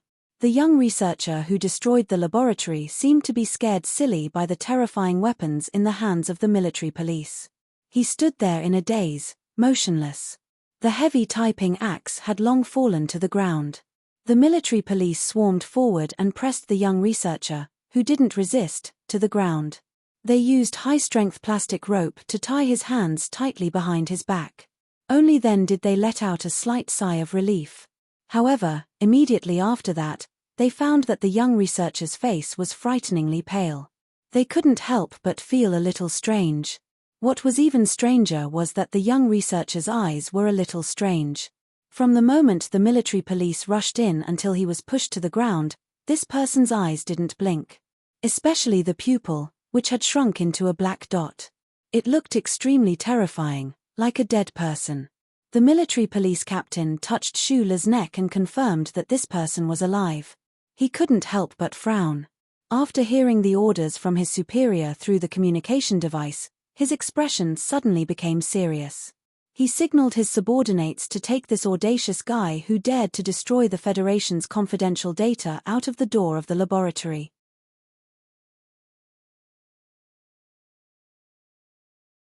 Just as the group of people walked out of the laboratory with serious expressions, Shula, who was sandwiched between two military police, finally woke up slowly.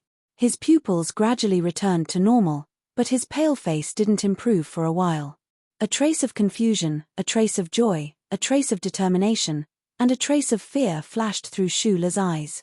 All the data in Professor Shen's laboratory had been transferred into his brain, and the unknown existence had done some tampering with the backup data in the laboratory according to his thoughts.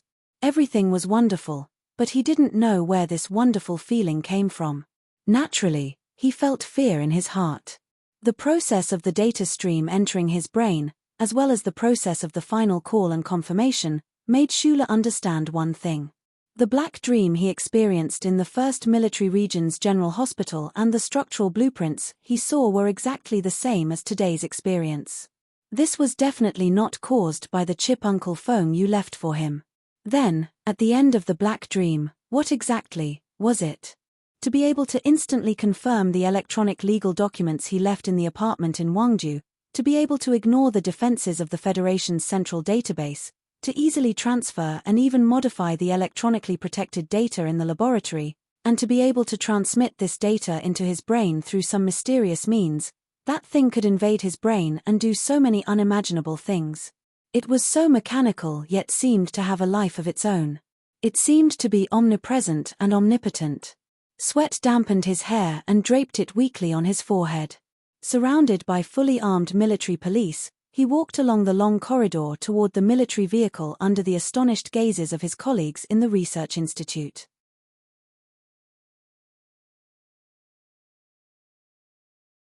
Shula didn't have the slightest fear of being arrested and the subsequent hardships because his mind had long been completely occupied by the fear of the unknown great existence.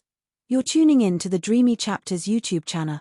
We're so grateful for your support and don't forget to subscribe to join us on this incredible journey through captivating stories. Your generosity through donations truly makes a world of difference, as it's the primary source of revenue that allows me to expand and enhance this channel for you. Thank you from the bottom of my heart for being a part of this adventure.